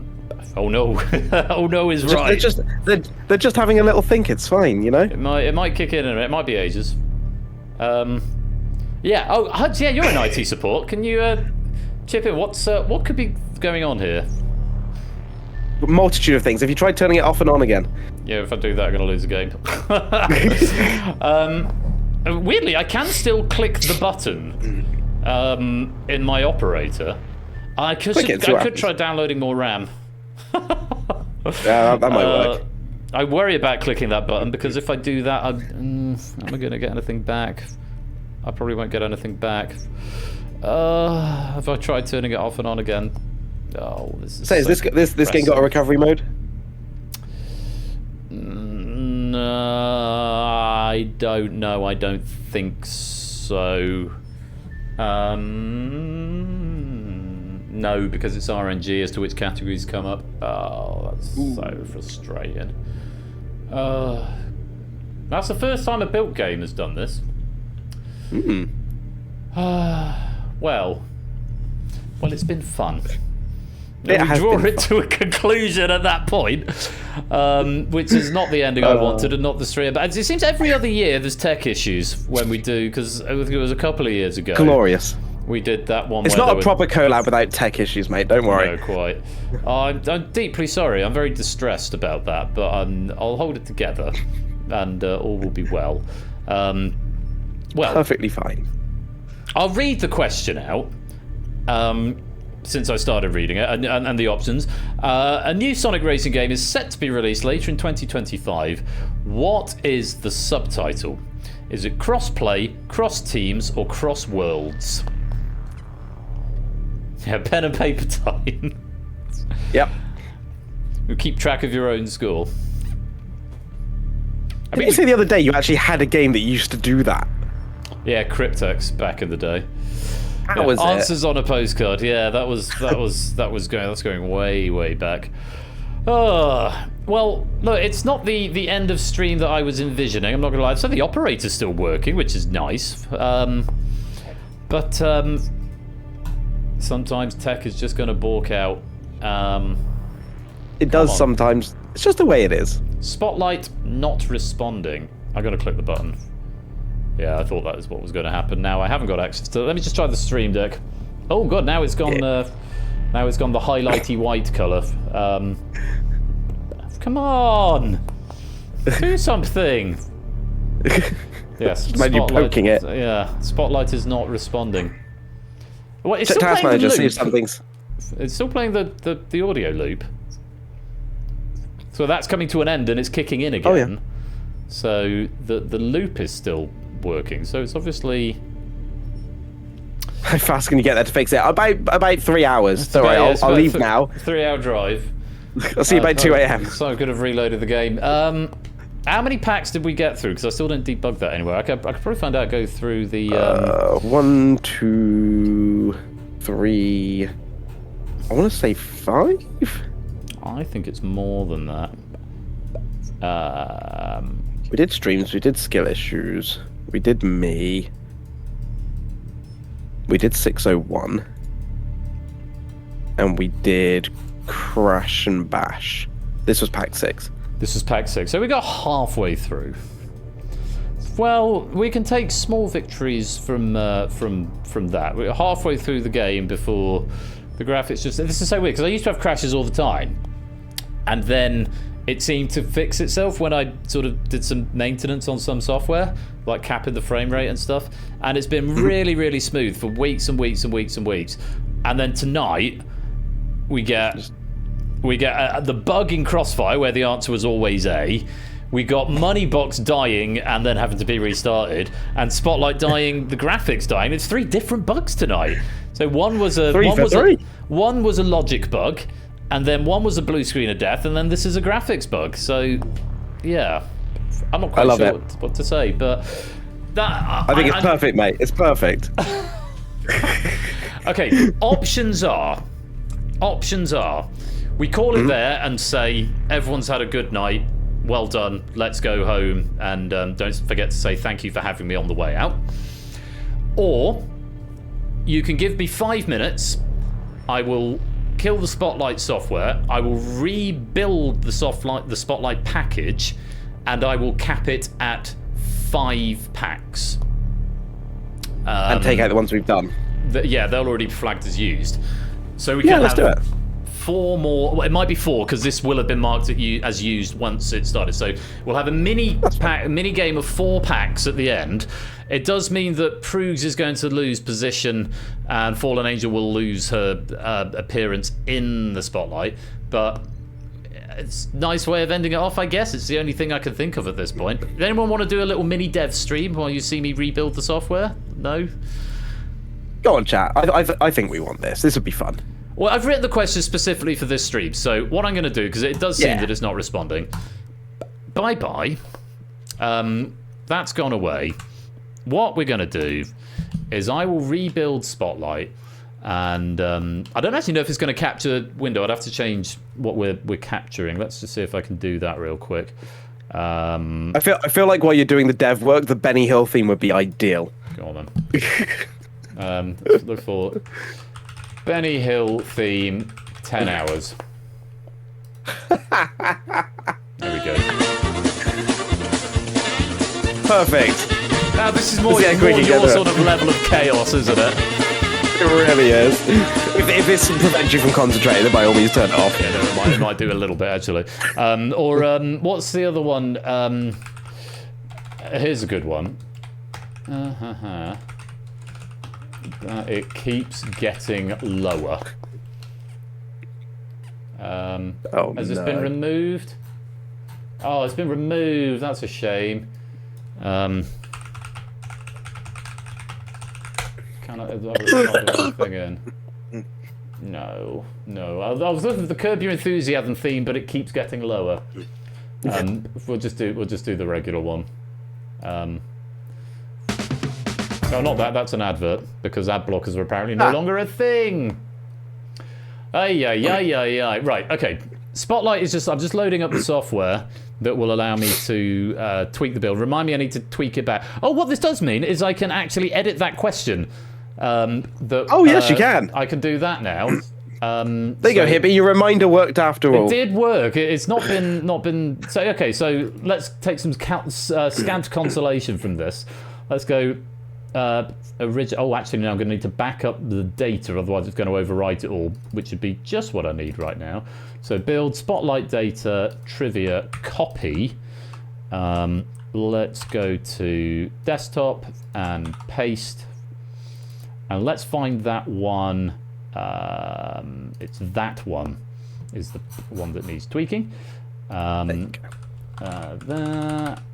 and that and that. That'll do. Right, that has been updated, so that is good.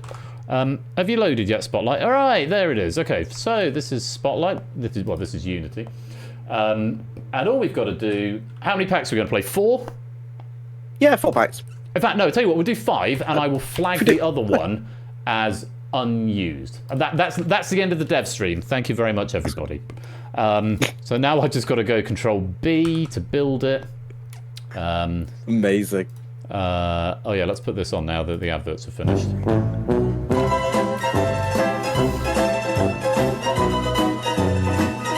What were we in the middle of with Fallen Angel just then when it went funny? We were in Sonic the Hedgehog. Oh yes. Oh, we finished that one off because I've given you the answers, haven't I? Yes. So we'll keep that marked as. Oh, it's marked as used false. Let's mark it as used true. Oh no, let's mark it as used false. If it comes up again, you might want to see it again. Just in case we don't have enough packs is the main thing. Now, is everything else flagged correctly? It looks to have done. Good.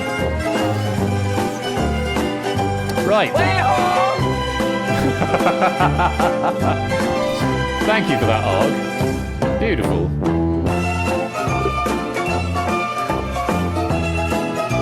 Unity personal because it took it personally. Yeah, that's definitely a thing. And that's the end of that. Good. Lovely. Well done. Well done, everyone there. Especially me. Woo! Indeed so. Well, when Unity is finished building, it doesn't normally take this long. It normally takes about a minute. Where are we up to? Message from our sponsor, JR Plays Games. That was peak entertainment. Thank you. All-round family entertainers, so we are. Oh my word! Why are you taking so long? Why do you take so long, Spotlight? Because it's doing lots of stuff right now. You're building, but don't forget you're streaming as well, and you got me here and things. Oh yeah, that's it's doing so much more. That is the thing that's happening. So anyway, this is the engine in which I make all of the things. Where are we up to? Oh, we're post-processing. Okay, so we're nearly there. Well, that's good. Nice. So we're going to have five more question packs out of the ones that we didn't have. Unfortunately, the game data from before will have been lost, so Proogs' 8 won't carry forward, regrettably, Proogs. I'm so sorry. But we're all just having fun. We count this as a non-canon stream. There's no matter, because there's a leaderboard position for Moneybox, so we can't really do that. Hashtag V, you want to hear my theory on what happened? I think someone used the snap freeze power up on Unity instead of their golf ball. That sounds about right. No penny. I mean, I can go retroactively add the pennies, Proogs, I guess. Come on, you're nearly there. 247. We believe in you, Unity. You can get there. Go on. Go on. Let me see if I can find some encouragement for it. Oh, I've got the perfect sound for when it's done.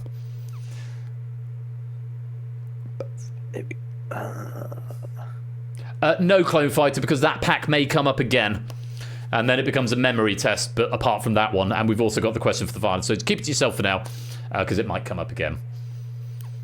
I suppose this way it gives more people an option to get into the spotlight. What I might request is that if it picks you and you've already had a go in the spotlight, maybe don't press the button and I'll re-roll it so we get a few more people able to have a go. That might be a nice way to do things. Here we go, copying files to Final Destination. Good lord, 4 minutes. That's the longest it's ever taken when it's not doing a WebGL. Let's see if chat's on the ball. Here we go. Let's see. Wait for it.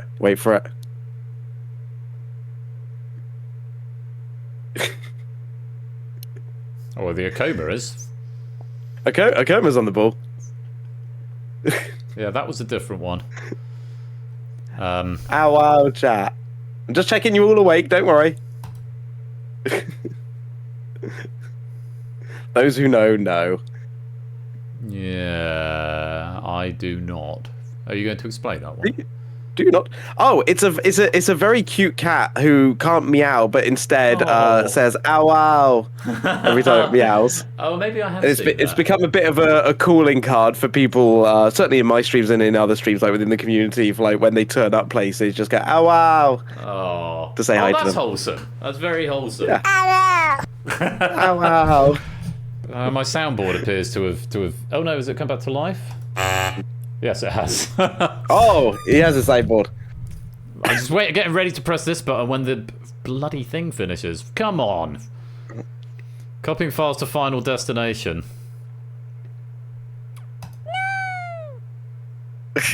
Just press different buttons. Whip round for Ben's kill. My computer is not insubstantial. It's not gonna lie. It's obviously post-process player. There we go. Hey.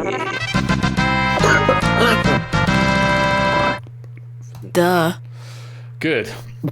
Right, now we can close that down. Good. Well, thank you all for coming to this dev stream. I'm going to leave Spotlight open because later on I'm going to need to do a different thing with it. Let's get rid of... oh, no, not that one. Which one do I use? It's direct game capture, but I've turned something on. That one. Turn that one off. Okay. So that is now should be now a 5-pack Spotlight game. So if I go launch game. Oh, no, hang on. Let's re-put the trivia back in, otherwise we're not going to have any trivia. Have you updated the thing you were supposed to update? I have updated the thing that I was supposed to update with updates and excellent and updates. Let's pop trivia back into there, and hopefully this will just work. And if not, I will take it as a sign from the gods that it's time to abandon ship. But I'm hoping that's going to get us by. So let's boot up Spotlight. Oh crap! No, don't join this room. Don't join this room. Do not join this room, otherwise weird things will happen. Now you can join this room if you really want to. What are we doing? We're doing skip opening titles. We are going to flag packs after use. We're going to allow unused packs. Confirm config, hide launch screen, and run titles. There we go. As you were, VQDG. Lovely. Yes, it's important that the operator joins first. Smooth, buttery smooth transition. The dumpster fire to end that has been this stream. But hey, we're halfway through a Spotlight pack, and we'll just do the second half now. So that was just a warm up. That was the warm-up game. Very quick, do game, indeed. Very quick, do game. And yes, I think I might make an exception. Fallen Angel, if RNG favours you, we will let you stay in the spotlight. I think that someone said that in the chat earlier on. So if I can't, unlike with Moneybox, I haven't got an option to prioritise players on this one. So it's happened before. We were going to do the shuffle forever until Fallen Angel, until someone got in and they came in first time. So it might happen. But yeah, so Fallen Angel, if it picks you, we'll let you stay. Otherwise, if it picks someone who's already had a go, we'll re-roll again. Just so right, I'm going to lock it there. Codes are still going to be up, and let's put a player in the spotlight. No, not Kroogs. Which goes through the same players as before. Shido Harry, it's your turn to have a go. Press the button. I mean, I could keep skipping it until we get to Fallen Angel. But Shido Harry, if you're here, press the button. There we go. Welcome to the spotlight. And let's see what the category board is going to bring. The rules are the same as before. Here we go. First category, sandwiches but not soggy ones by Royal Flush. Bristol by Huds601. Twitch by Royal Flush. And the many collabs of Royal Flush and Huds601 by Royal Flush. You can swap one of them if you don't like any of them. Let's take a look.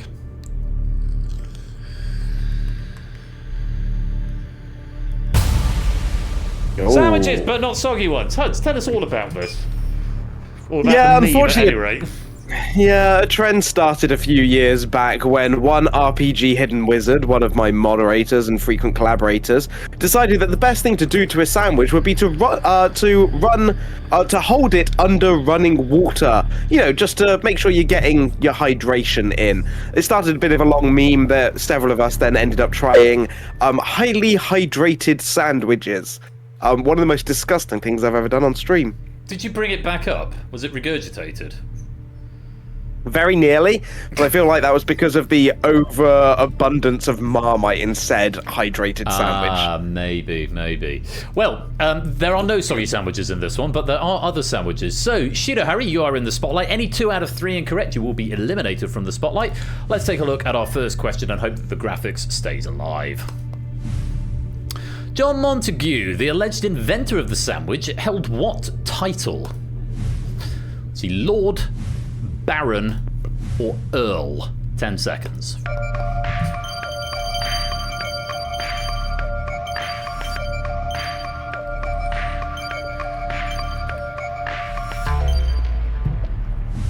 And that's time. Correct answer.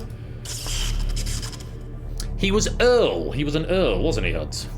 He was the 4th Earl of Sandwich, believe it or not. His friends, interestingly, called him Nora Butty, which I'd like to think is where the infamous Chip Butty came from, but who knows?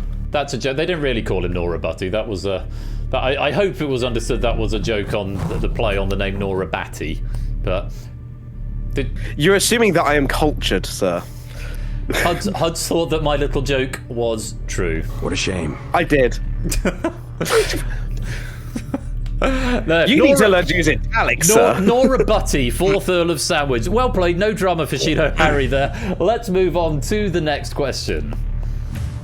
Which of these is not typically a distinguishing feature of a club sandwich? Is not. So 2 of them are, 1 of them is not. We want the one that is not a feature of a club sandwich. Options are: it uses the crusty end pieces of a loaf, the bread is toasted, it has a 3rd slice of bread. 10 seconds.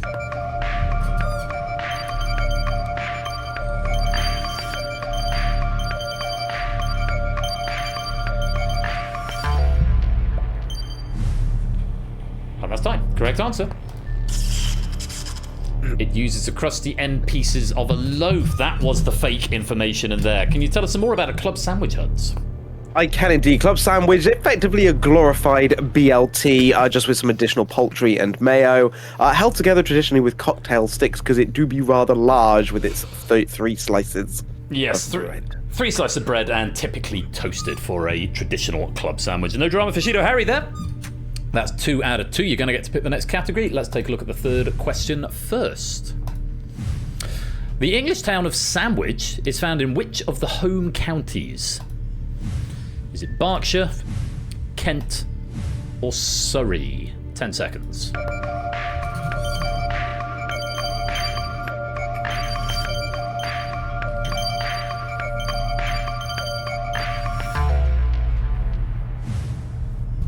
And that is time up. Correct answer was Kent. Actually, no answer there from Shido Harry. If you don't know Shido Harry, just take a guess, because abstentions will be treated as incorrect. Yeah, it's in Kent, Huds. Yeah, it is indeed. The home counties, if you don't know, surround London, and they also include Buckinghamshire, Essex, and Hertfordshire. Some sources, however... Hertfordshire. I need my glasses. Let me find my glasses. Hertfordshire somewhat slightly different. Sorry. Hertfordshire, yes, indeed. Some sources, however, also include Oxfordshire, Cambridgeshire, Bedfordshire, and East and West Sussex. West Sussex, let's go. So, no answer there from Shido Harry, so pressure is on for the next 2 questions. But first of all, let's pick another category. Bristol by Huds601, Twitch by Royal Flush, the many collabs of Royal Flush and Huds601 by Royal Flush, and a 4th option, swap still available, Speedrunning by Royal Flush. I've got the glasses out now, so I look like I know stuff. You look sophisticated, very sophisticated. Well, thank you very much, sir. Thank you. We're going for speedrunning. Speedrunning, okie dokie. Pressure on for this first 2, Shido Harry. Well, let's take a look at our first question on speedrunning. What is the difference in time between the 1st and 2nd place on the Super Mario Bros. 1985 any percentage speedrun? Is it 1.83 seconds, 18.3 seconds, or 183 milliseconds? 10 seconds. How well do you know your speed games, chat?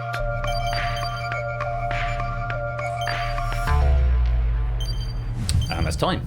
The correct answer. No, Shido Harry, I'm afraid that's the wrong answer. Shido Harry going for 1.83 seconds. As a de facto Mario speedrunner, Huds will be able to tell us more. I will indeed. I can tell you it's going to be different once I'm done with the game. Nipsky currently holds the top spot with 4 minutes, 54 seconds, and 565 milliseconds.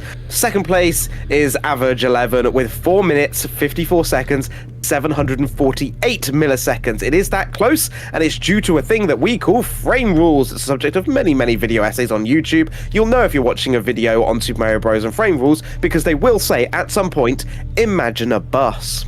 Imagine a bus. And Huds is going to tell you all about that in the coming months when he becomes a truly fully fledged Super Mario speedrunner and gets the world record. Shido Harry, I'm afraid it's the wrong answer. You've been eliminated from the spotlight. However, we have got a new target of 2. If that can be broken, then someone else could be in the final. For now, Shido Harry, you are the one who's going to be in the final. It's a short final, which is 5 questions. But for now, we need to put another player into the spotlight.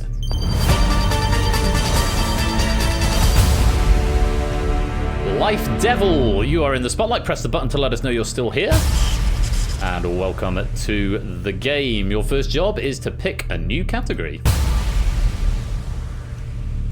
No, it's not. Your first job is to finish off the category of speedrunning by Royal Flush.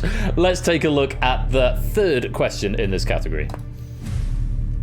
Or the 2nd question, I don't even bloody know. 5 days, 11 hours and 14 minutes is the fastest recorded time for what achievement?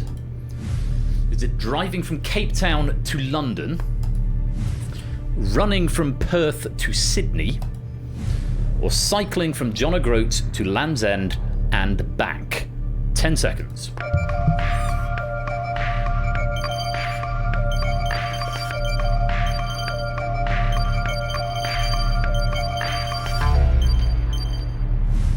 Time.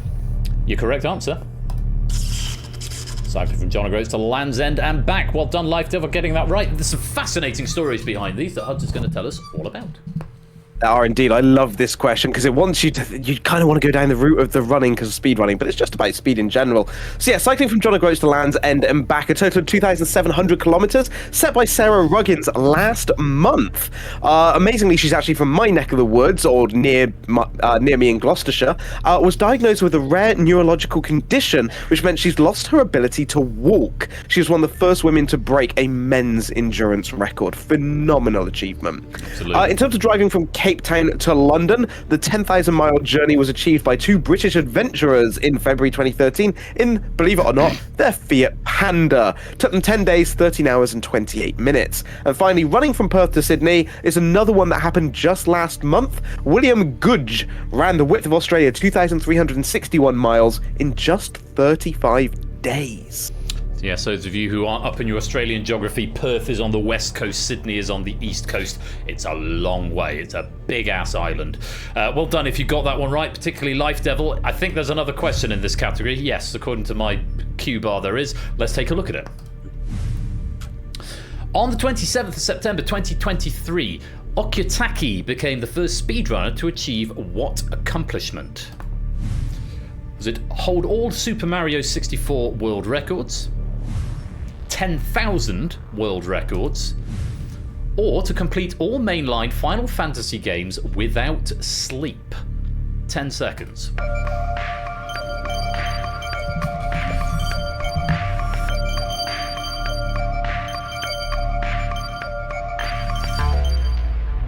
Although it says my name at the top of this pack, this question was actually written by Huds. And the correct answer, 10,000 world records, and Huds is now going to list all of them. Yeah, one by one. Get comfortable, chat. No, this is an incredible achievement. Yeah, Kuretagi has records across 761 games, including 1,110 full game records, 9,279 individual level records. Believe it or not, their profile no longer loads on speedrun.com because on the profile page there is no pagination and it tries to load everything and it can crash the server. In terms of the other ones here, if you're interested, the Super Mario 64 world records currently all held by Suigi, also known as Green Suigi. He achieved the various records, the 120 star on 3rd November 24, 70 star on 17th of November 24, 16 star on 22nd of March 23, 1 star on 6th of March 2025, and 0 stars on the 7th of March 2025. Still holds all records. And the mainline Final Fantasy games, so I went and added up the fastest times. That's mad. Yeah. Oh, the records, yeah. Yeah, the mainline Final Fantasy games without sleep. Oh, this one's mad, yeah. So it's all the default categories in the mainline games from Final Fantasy 1 through 16, including 10-2 and the 13 sequels. In the default categories, the total time currently for world record would be 97 hours, 25 minutes and 54 seconds. Good lord. 97 hours. That's theoretically possible to do without sleep, but not safely. 4 and a bit full days. Just over 4 days. Yeah, 4 days, 1 hour, 25 minutes, 54 seconds. Insanity. And they say speedrunners are a little bit mad. Well, very well done if you got that one right. Life Devil as well. You get to pick the next category, which is going to happen now. Let's take a look at the category board. Bristol by Huds601, Twitch by Royal Flush, the many collabs of Royal Flush and Huds601 by Royal Flush. You've got a swap available if you don't like any of them, and one new category, famous collabs by Royal Flush.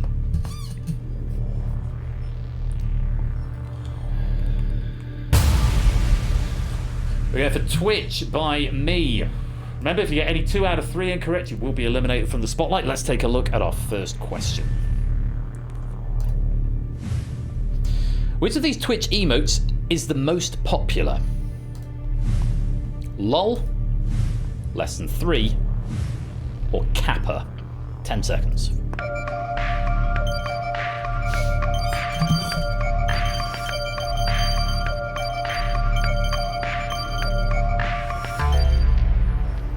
And that's time. I was surprised by this. The correct answer is LOL. I wasn't surprised by this out of the options, but Huds is going to tell us some more on what the actual one is that really did surprise me. Yeah, so LOL, believe it or not, is the 10th place most popular emote at time of writing, with just over 4 billion uses. 4,021,856,400 approximately at time of writing. Less than 3 is both 18th and 23rd place with 1.6 and 1 billion respectively, though obviously the combined total is still less than LOL. Kappa is 20th place at the time of writing with 1.5 million uses. However, the most popular global emote on Twitch is SM Orc with an astonishing 9 1,028,861,002 uses as of time of writing. Insane. I don't think I've ever even used that emote until I came to research this question, but and it's so much so I can't even actually type it in the chat. Well done if you got that one right, including Life Devil. Let's take another question on Twitch. A tiny bite can make you itch, make you sneeze, make you twitch is a riddle from which 90s family movie? Is it Jumanji, The Pagemaster, or Hook? 10 seconds.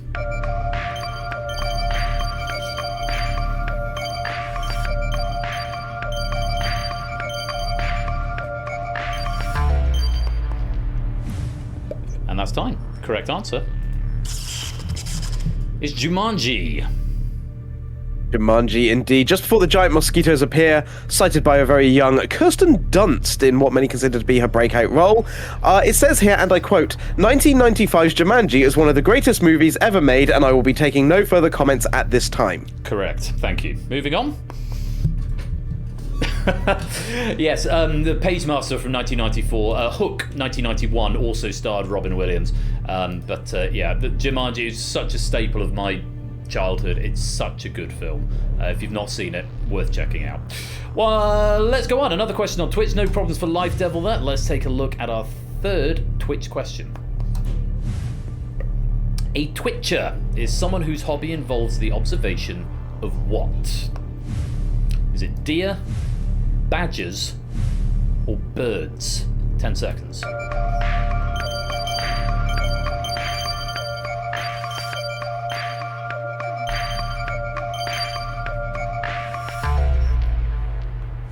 And that's time. Correct answer. It's birds. Huds, can you tell us some more? I can indeed, yes. Believe it or not, it's not people who observe basement-dwelling gamers. It is someone who observes birds. Basically, their hobby is watching wild birds in their natural environment, especially one who tries to see birds that are rare in particular areas, and they are very willing to travel long distances to do this, most probably derived from the Twitter sound the birds make. Lovely stuff indeed. Thank you very much, Huds. And very well done to Life Devil. That's another 3 for 3. Staying strong in the spotlight. You're up to 5 correct answers, and it's time for a new category. You got Bristol, the many collabs of Royal Flush and Huds601, other famous collabs, and a new category with a swap available if you don't like any of them. Cats by Royal Flush. And we're straight in on the cats. No drama there. Let's take a look at our first cat, or first kitty question. That would have been a better thing to say. Let's take a look. Huds' cat Ted is colloquially referred to by what culinary term? Pudding, loaf, or tikka masala? 10 seconds. One of these is not like the others. One of these is not like the others. Relieved to say nobody went for that option. The correct answer is, of course, loaf. The loaf cat. Huds.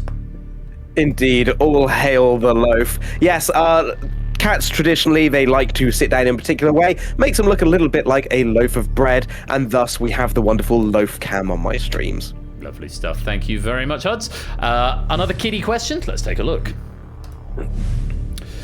The main protagonist in the 2024 indie adventure game Little Kitty Big City is a cat with what colour fur? Is it black, tabby, or black and white? 10 seconds.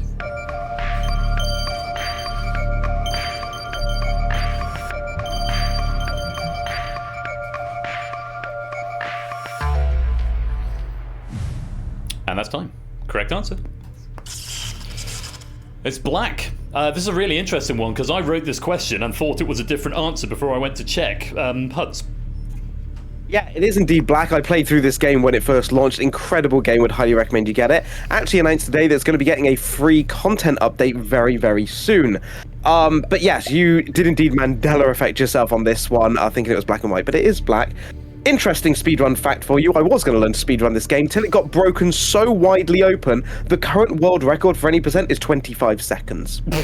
Oh, that's a shame when that happens. But yeah, I definitely thought it was black and white, and then I went to do the research on it, and no, it was not. It's very much a black cat. Good answer there from Life Devil, staying strong in the spotlight. Let's take a look at our last question on cats. According to the San Diego Zoo Wildlife Alliance, the males of which big cat have a body weight between 57 and 113 kilograms when fully grown, the third heaviest of the big cats on average? Options are Panthera tigris, Panthera onca, Panthera pardus. 10 seconds.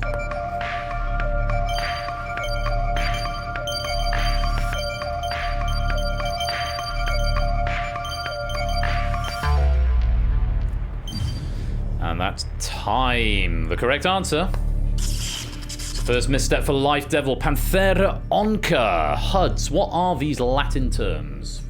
What are they? Panthera onca, I can't roll my R's like Royal Flush, is a jaguar. There's a jaguar. Panthera pardus is a leopard. Panthera tigris, you may have guessed, is a tiger. The tiger is actually in first on this one. The leopard is fifth. If you're wondering, Panthera leo is a lion. That's at number 2. And the puma concola, or concola, I'll let you decide, is a puma, which is in fourth. So yes, that's the way they go. Tiger, lion, jaguar, puma, leopard, and Panthera onca is the jaguar, the third largest of the big cats. Bit of pressure now on Life Devil. Must get the next 2 questions correct in order to stay in the spotlight, but you are up to 7 questions correct. And let's take a look at the category board. Bristol, the many collabs of Royal Flush and Huds601. Other collabs, still got a swap available if you don't like any of them. And one final question category is Pride by Royal Flush. You may swap if you don't want any of them. We're getting rid of that top one, and we bring back Sonic the Hedgehog by Huds601, of which we've already seen 3. You're welcome to choose it again because we haven't seen all of them. And that's what we're going to do, so we're going to play it out in full. If you want to play with integrity, give the answers you gave before. Most people got most of the previous 2 questions correct.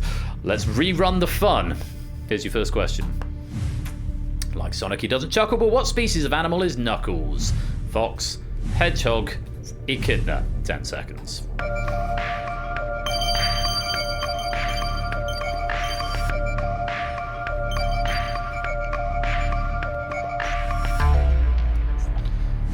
And time, as before, it hasn't changed. He's still an echidna. Notes are the same as before, so if it's okay, Huds, we'll just move on and get to the next question. The second question was Sonic's best friend and sidekick is a play on words for which measurement of speed?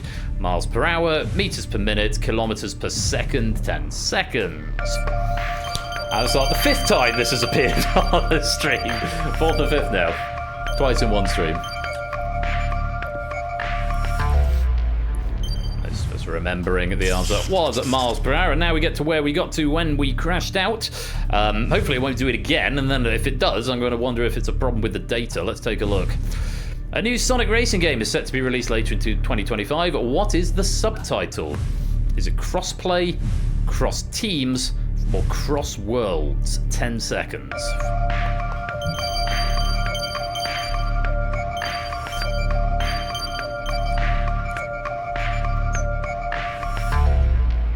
No crash this time, so it wasn't a data error. At least we can rule that out. And Huds gets to come back in and tell us all about Sonic Cross Worlds. Yeah, Sonic Racing Cross Worlds. We actually got a release date on this one yesterday during Summer Games Fest. It's going to be coming out in September this year. Follow-up to 2019's Teen Sonic Racing uses the capabilities of modern hardware to instantly change course midway through the race, hence the Cross Worlds subtitle.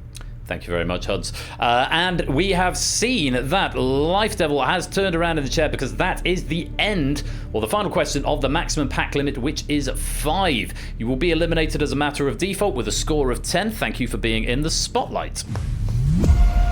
However, you'll soon be back because the highest scoring player in the spotlight in this rather curtailed game of Spotlight is invited back for the final. Now let's find out who that is. It is Life Devil. Press the button and you'll come right back in. Or don't. Make your own choices. Oh, there we go.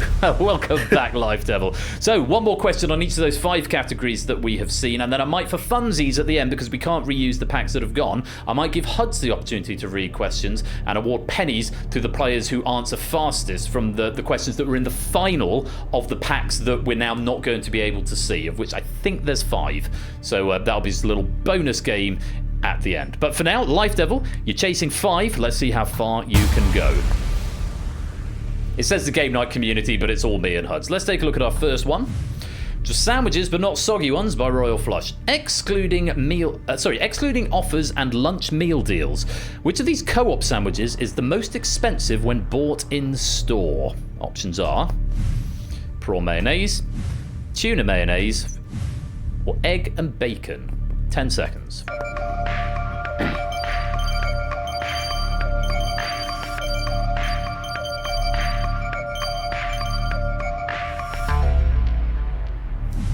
And that's time. The correct answer. It's the egg and bacon one. It's a good start for Life Devil. Huds, have you had any of these? Not from co-op, although egg and bacon is a go-to for me at Tesco. Tuna mayonnaise especially. Surprisingly cheap at co-op, though. Yeah, it's like £1.40. £1.40 for the tuna mayo sandwich. Yeah, prawn mayonnaise is £3. Egg and bacon £3.25. Though according to this, one Royal Flush will never not get an all-day breakfast if it's available. Love me an all-day breakfast. Oh, the prawn mayo one is also good. Good start there for Life Devil. Let's go on to our next question. On speedrunning by Royal Flush. In the UK, what is the maximum penalty for getting caught doing 120 miles an hour in a 70 mile an hour zone? Is it £2,500 fine and a 6-month ban, 12 months in prison, or death? 10 seconds.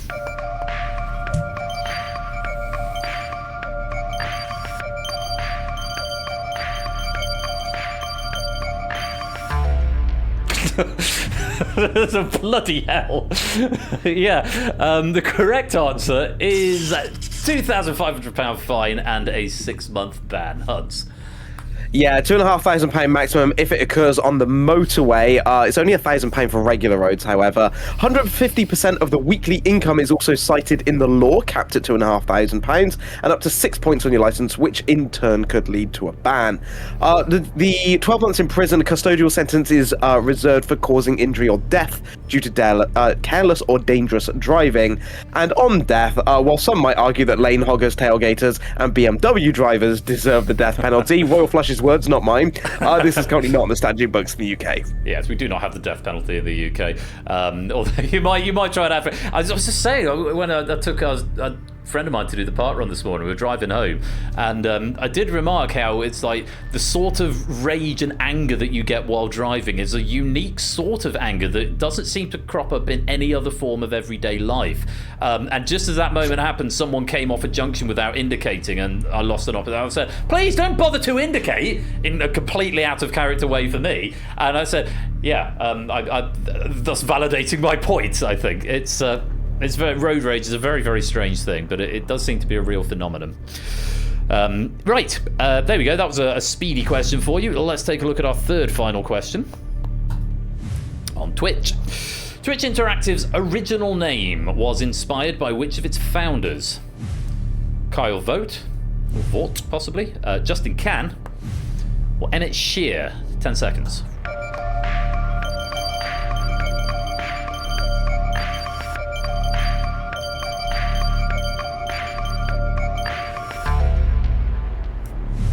And that's time. The correct answer.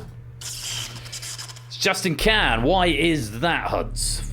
Yeah, for those of you that have been around long enough, you may remember Justin.tv, which originally, I believe, started as a bit of an IRL streaming thing where Justin Can was streaming his life 24/7, 365.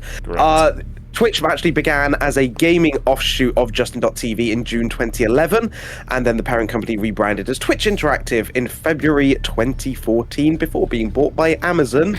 I'm going to say off the top of my head, I want to say 2017, but I may be wrong on that one. No, later than that. It was well, maybe not later than that. I didn't write that down. I should have written that down. Maybe 2018. Weirdly, if you're a Twitch affiliate or partner and you get a payout, it does still say Justin.tv on the remittance form that you get when the payouts get sent through. So interesting, a little bit of history. August 2014, Amazon bought Twitch. No. Yep, for $970 million in 2014. 2014. Yeah. Wow. Long time ago. Long time ago. Well, there you go. A little fun fact, since we're on Twitch and the history of Twitch. 2014 was back in the time when I was still in education, and there was a student there called I think he started in year 7, my second or third year teaching. His name was Toby Smith, and he was a good kid. He was a good student. He was a good musician, and he was a little bit of a geek. Anyway, I taught him music and drama for 2-3 years. Toby Smith went on to become Tubbo, who at one point was the 9th most subscribed Twitch streamer in the world, I believe. So it's a little weird Twitch claim to fame. It's he's a Minecraft streamer now, and he's very, very good at it. And so there you go. That's my little claim to fame. I also know a streamer called Huds601, he's very famous. Yes, in education. I was a teacher. Right, we got a couple more questions before we wrap the stream up. Here's the next one. Cats by Royal Flush. Which of these is not a reason a cat might partake in bunting? 2 of them are. We want the one that is not a reason a cat might partake in bunting. The options are to mark their territory, to stimulate the flow of milk, to show or seek affection. 10 seconds.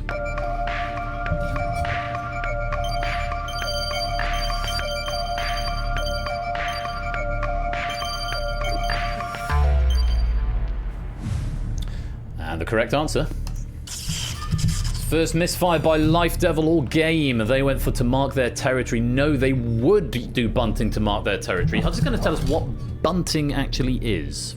Yeah, for any of you who have cats, you'll know this, or you should know about this. Bunting is when they rub their head against another object, person or animal, leaves their scent on it. So you'll normally see them use the sides of their cheeks to rub against stuff.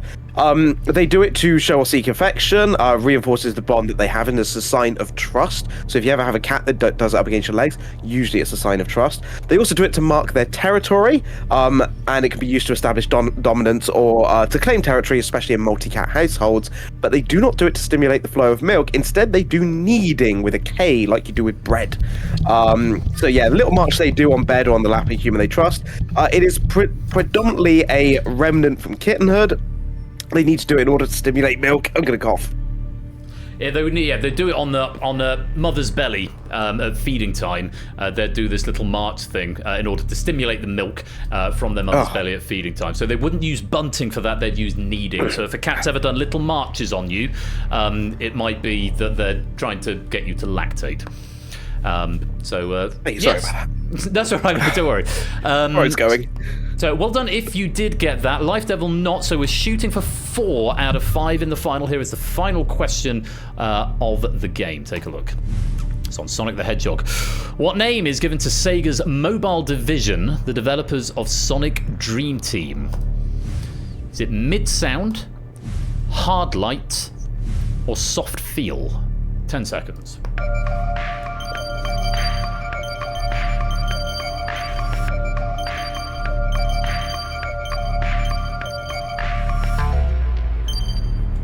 And that's your time up. The correct answer. It is Hard Light, which is a company I have to say I'd never heard of, but Hud certainly has. Yeah, Sega Hard Light. Originally started as just Hard Light in January 2012, purchased by Sega Europe in 2019 and brought under the Sega fold. Based in Royal Leamington Spa in the UK, responsible for other massive hits such as 2 Point Hospital, Yakuza 0, Sonic Forces, and Valkyria Chronicles 4, and of course the one and only Sonic Dream Team. Lovely stuff, thank you very much, Huds. And at the end of the game, Life Devil finishes in the final with 4 out of 5. GG, we'll put that on the leaderboard and we'll mark it as a reduced pack, so you will get a 4 out of 5 marking. You'll also get extra pennies for that as well. Before we display the final leaderboard, I'm going to give you an opportunity to get some bonus pennies from having the 5 questions that would have been in the final of the packs that we didn't see, because we can't now reuse those packs without rewriting the first 3. So this seems like a nice way to get those out there. So what will happen? Huds, are you happy to read, or would you rather I read? You read. I'll let you do You let me do your the job. reading. Okay. Yeah, you're good at it. In which case, we'll go with your eyes on the chat. The first person you see to give the correct answer, I will give 100 pennies to the first name Huds sees. So it's the first one that comes up. It might not be the first person to type it, but it's just how the Twitch stacking works. And we're going to start with Crash and Bash. And though he's not here tonight, in his absence, Ash the Bash is a popular Twitch streamer who hosts quiz games. Which of these is not one of his current online monikers? The options are Ash Bash 1987, A the Bash, or Bashley, which is not one of his online monikers.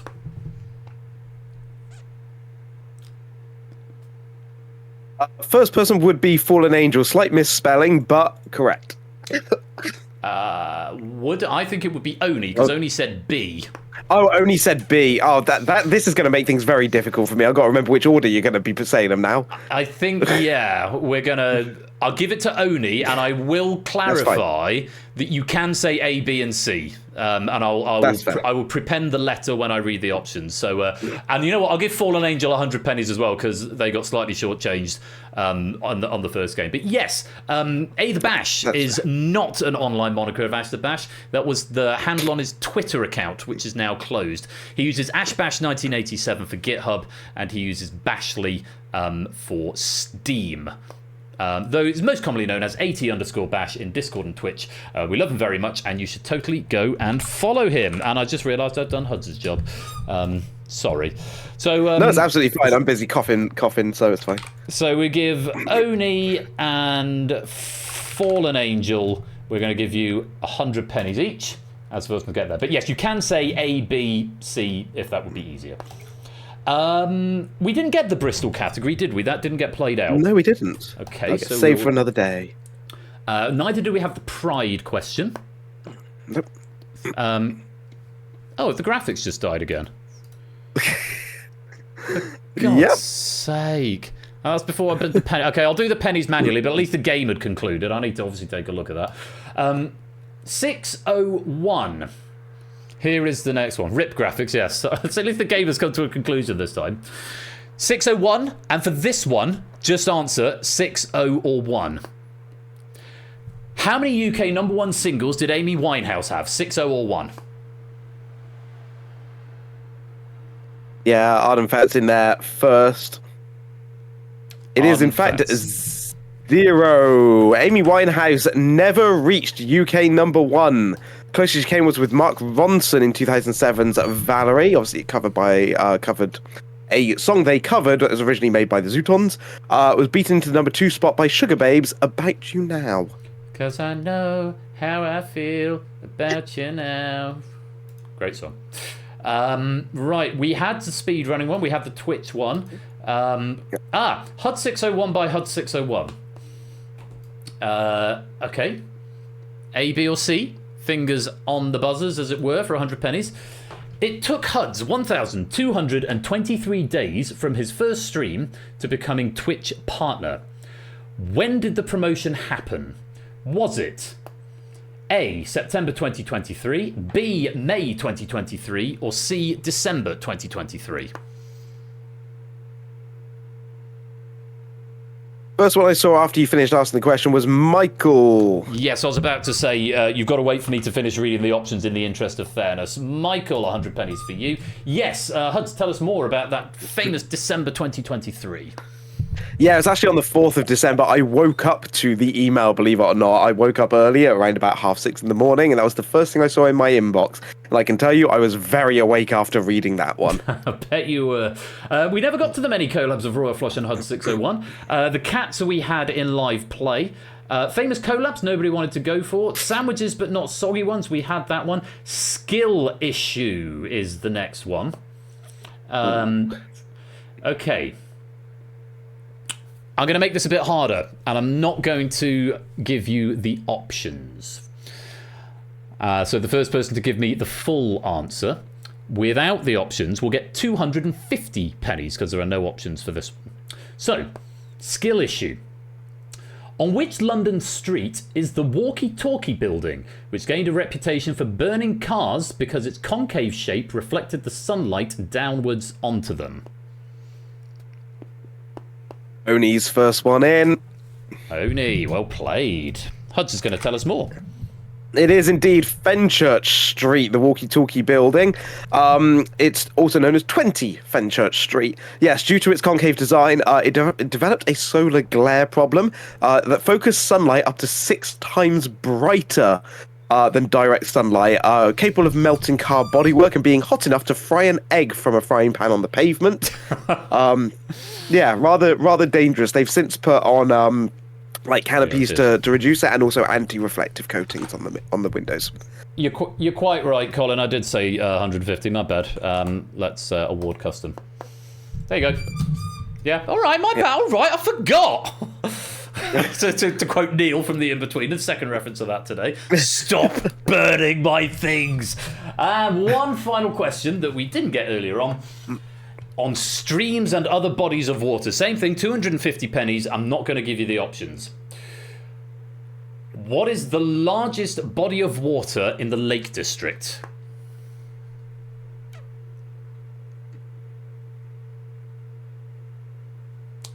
Yeah, we like shapes. First one in on my side. Yeah. Mine too. 250 pennies to shapes for Windermere. 14.8 square kilometres. It is the largest. Second is Ullswater, third is Derwent Water, Bassenthwaite Lake is fourth, and Coniston Water is fifth.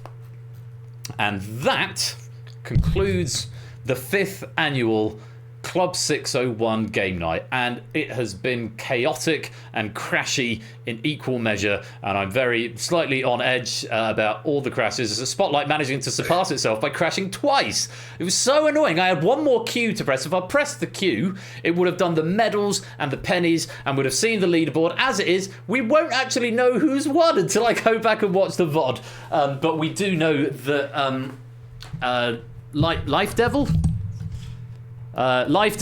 will get a spot on the leaderboard, and I'll calculate the pennies and do them manually after the fact. Oh, well, dumpster fire quiz a little bit in places, but I've had fun, and thank you for all your forbearance with the tech. Huds, I don't know what else to say, but it's certainly been a night, hasn't it? It has been a night with an appropriate amount of technical jank, and we do love it indeed. I love the fact that we've been setting records left, right, and centre. New record in Moneybox, and a new record in terms of individual game crashes, which is always wonderful to see. But no, I just want to say, genuinely and sincerely, a huge thank you for once again hosting this, our 5th time doing a game night, and it is so wonderful to get to come along and act as your Richard Osman for the night and talk to people about things, and also get to play the quizzes as well, at least at a level that I'm capable of answering many of the questions. So genuinely, to you and to the whole quizzing community, thank you for embracing this. Thank you for letting us come along and do a little bit of jank once every now and then. We really appreciate all of you, so thank you. It's always a great pleasure, and I'll take even more pleasure in sending that £61 donation over to Bristol Pride. And I'll probably do that next time you're live, I think, to be honest. That's fine. So it's all there. Just a reminder, if you are in a position to help out and support, Huds does this every June. For the whole of June, he runs this campaign to support his local Pride charity, Bristol Pride, and all of the donations, the bits, the subs, the gift subs that he receives throughout June, he passes directly onto the charity, as well as all the regular donation stuff through Tiltify. It's an incredibly selfless thing to do, and he's done it every year now for 5 years, so it's always a pleasure to support. If you, and I speak particularly to my community, because of course Huds has spoken to his own, if you are in a position to be able to help out and you've had fun tonight in spite of the crashes, then I do encourage you to go and support the amazing work that they do. And Huds, just a massive thank you to you for, again, allowing me the opportunity to hang out with your community, for having me on earlier on as well, and just for coming to take part, and to Hibby as well. It's a great result, which that result in Moneybox makes up for all the other technical issues that came asunder elsewhere. I have no idea why my computer's just decided today is the day. It's just not gonna be happy. It might be just because I've got Video Ninja running as well, and I'm sharing in Discord, so it might just be my GPU's just said no more.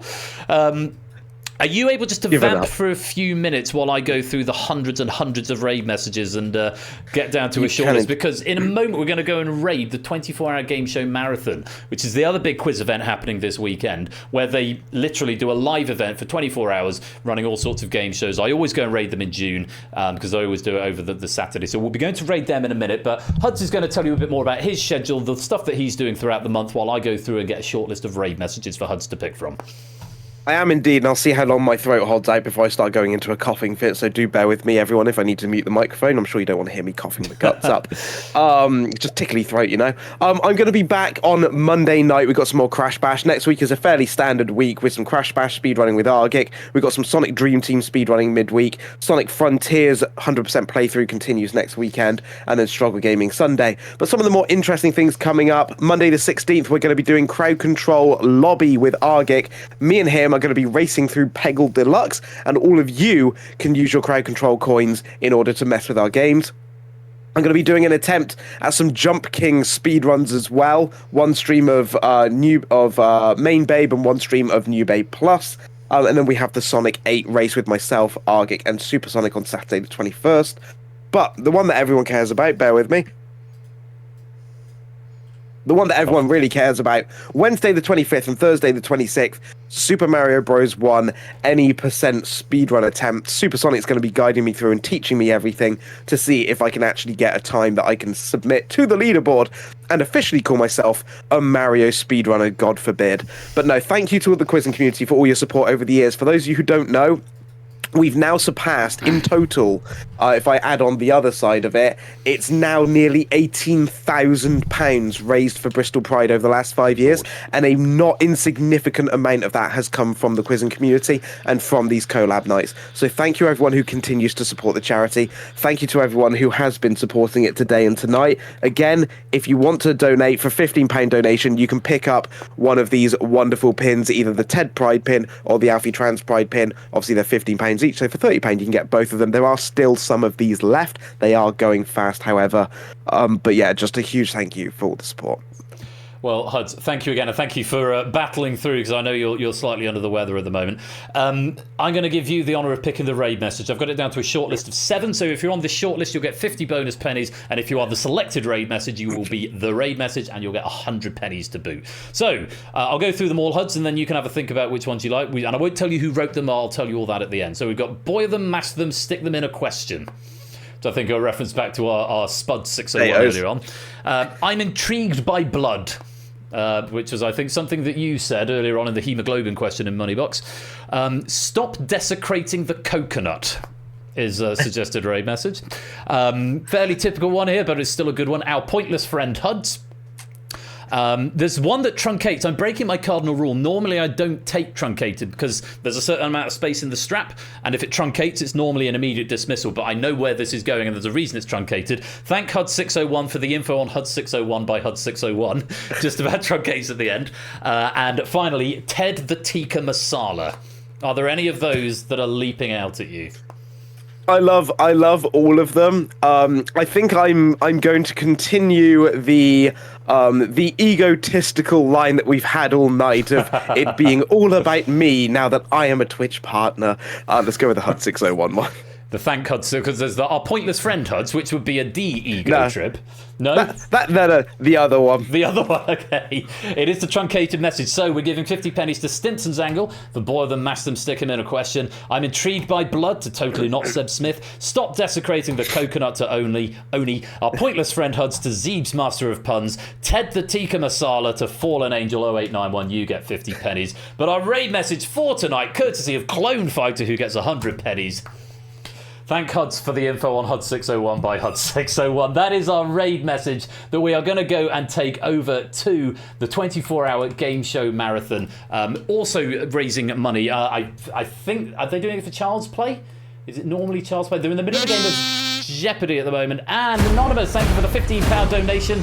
And Too Many Charas, thank you very much for that follow as well. They are raising money. It is Child's Play, and they are on... I don't know if this is a target or if this is what they're on, $6,900. I think that's what they're on right now.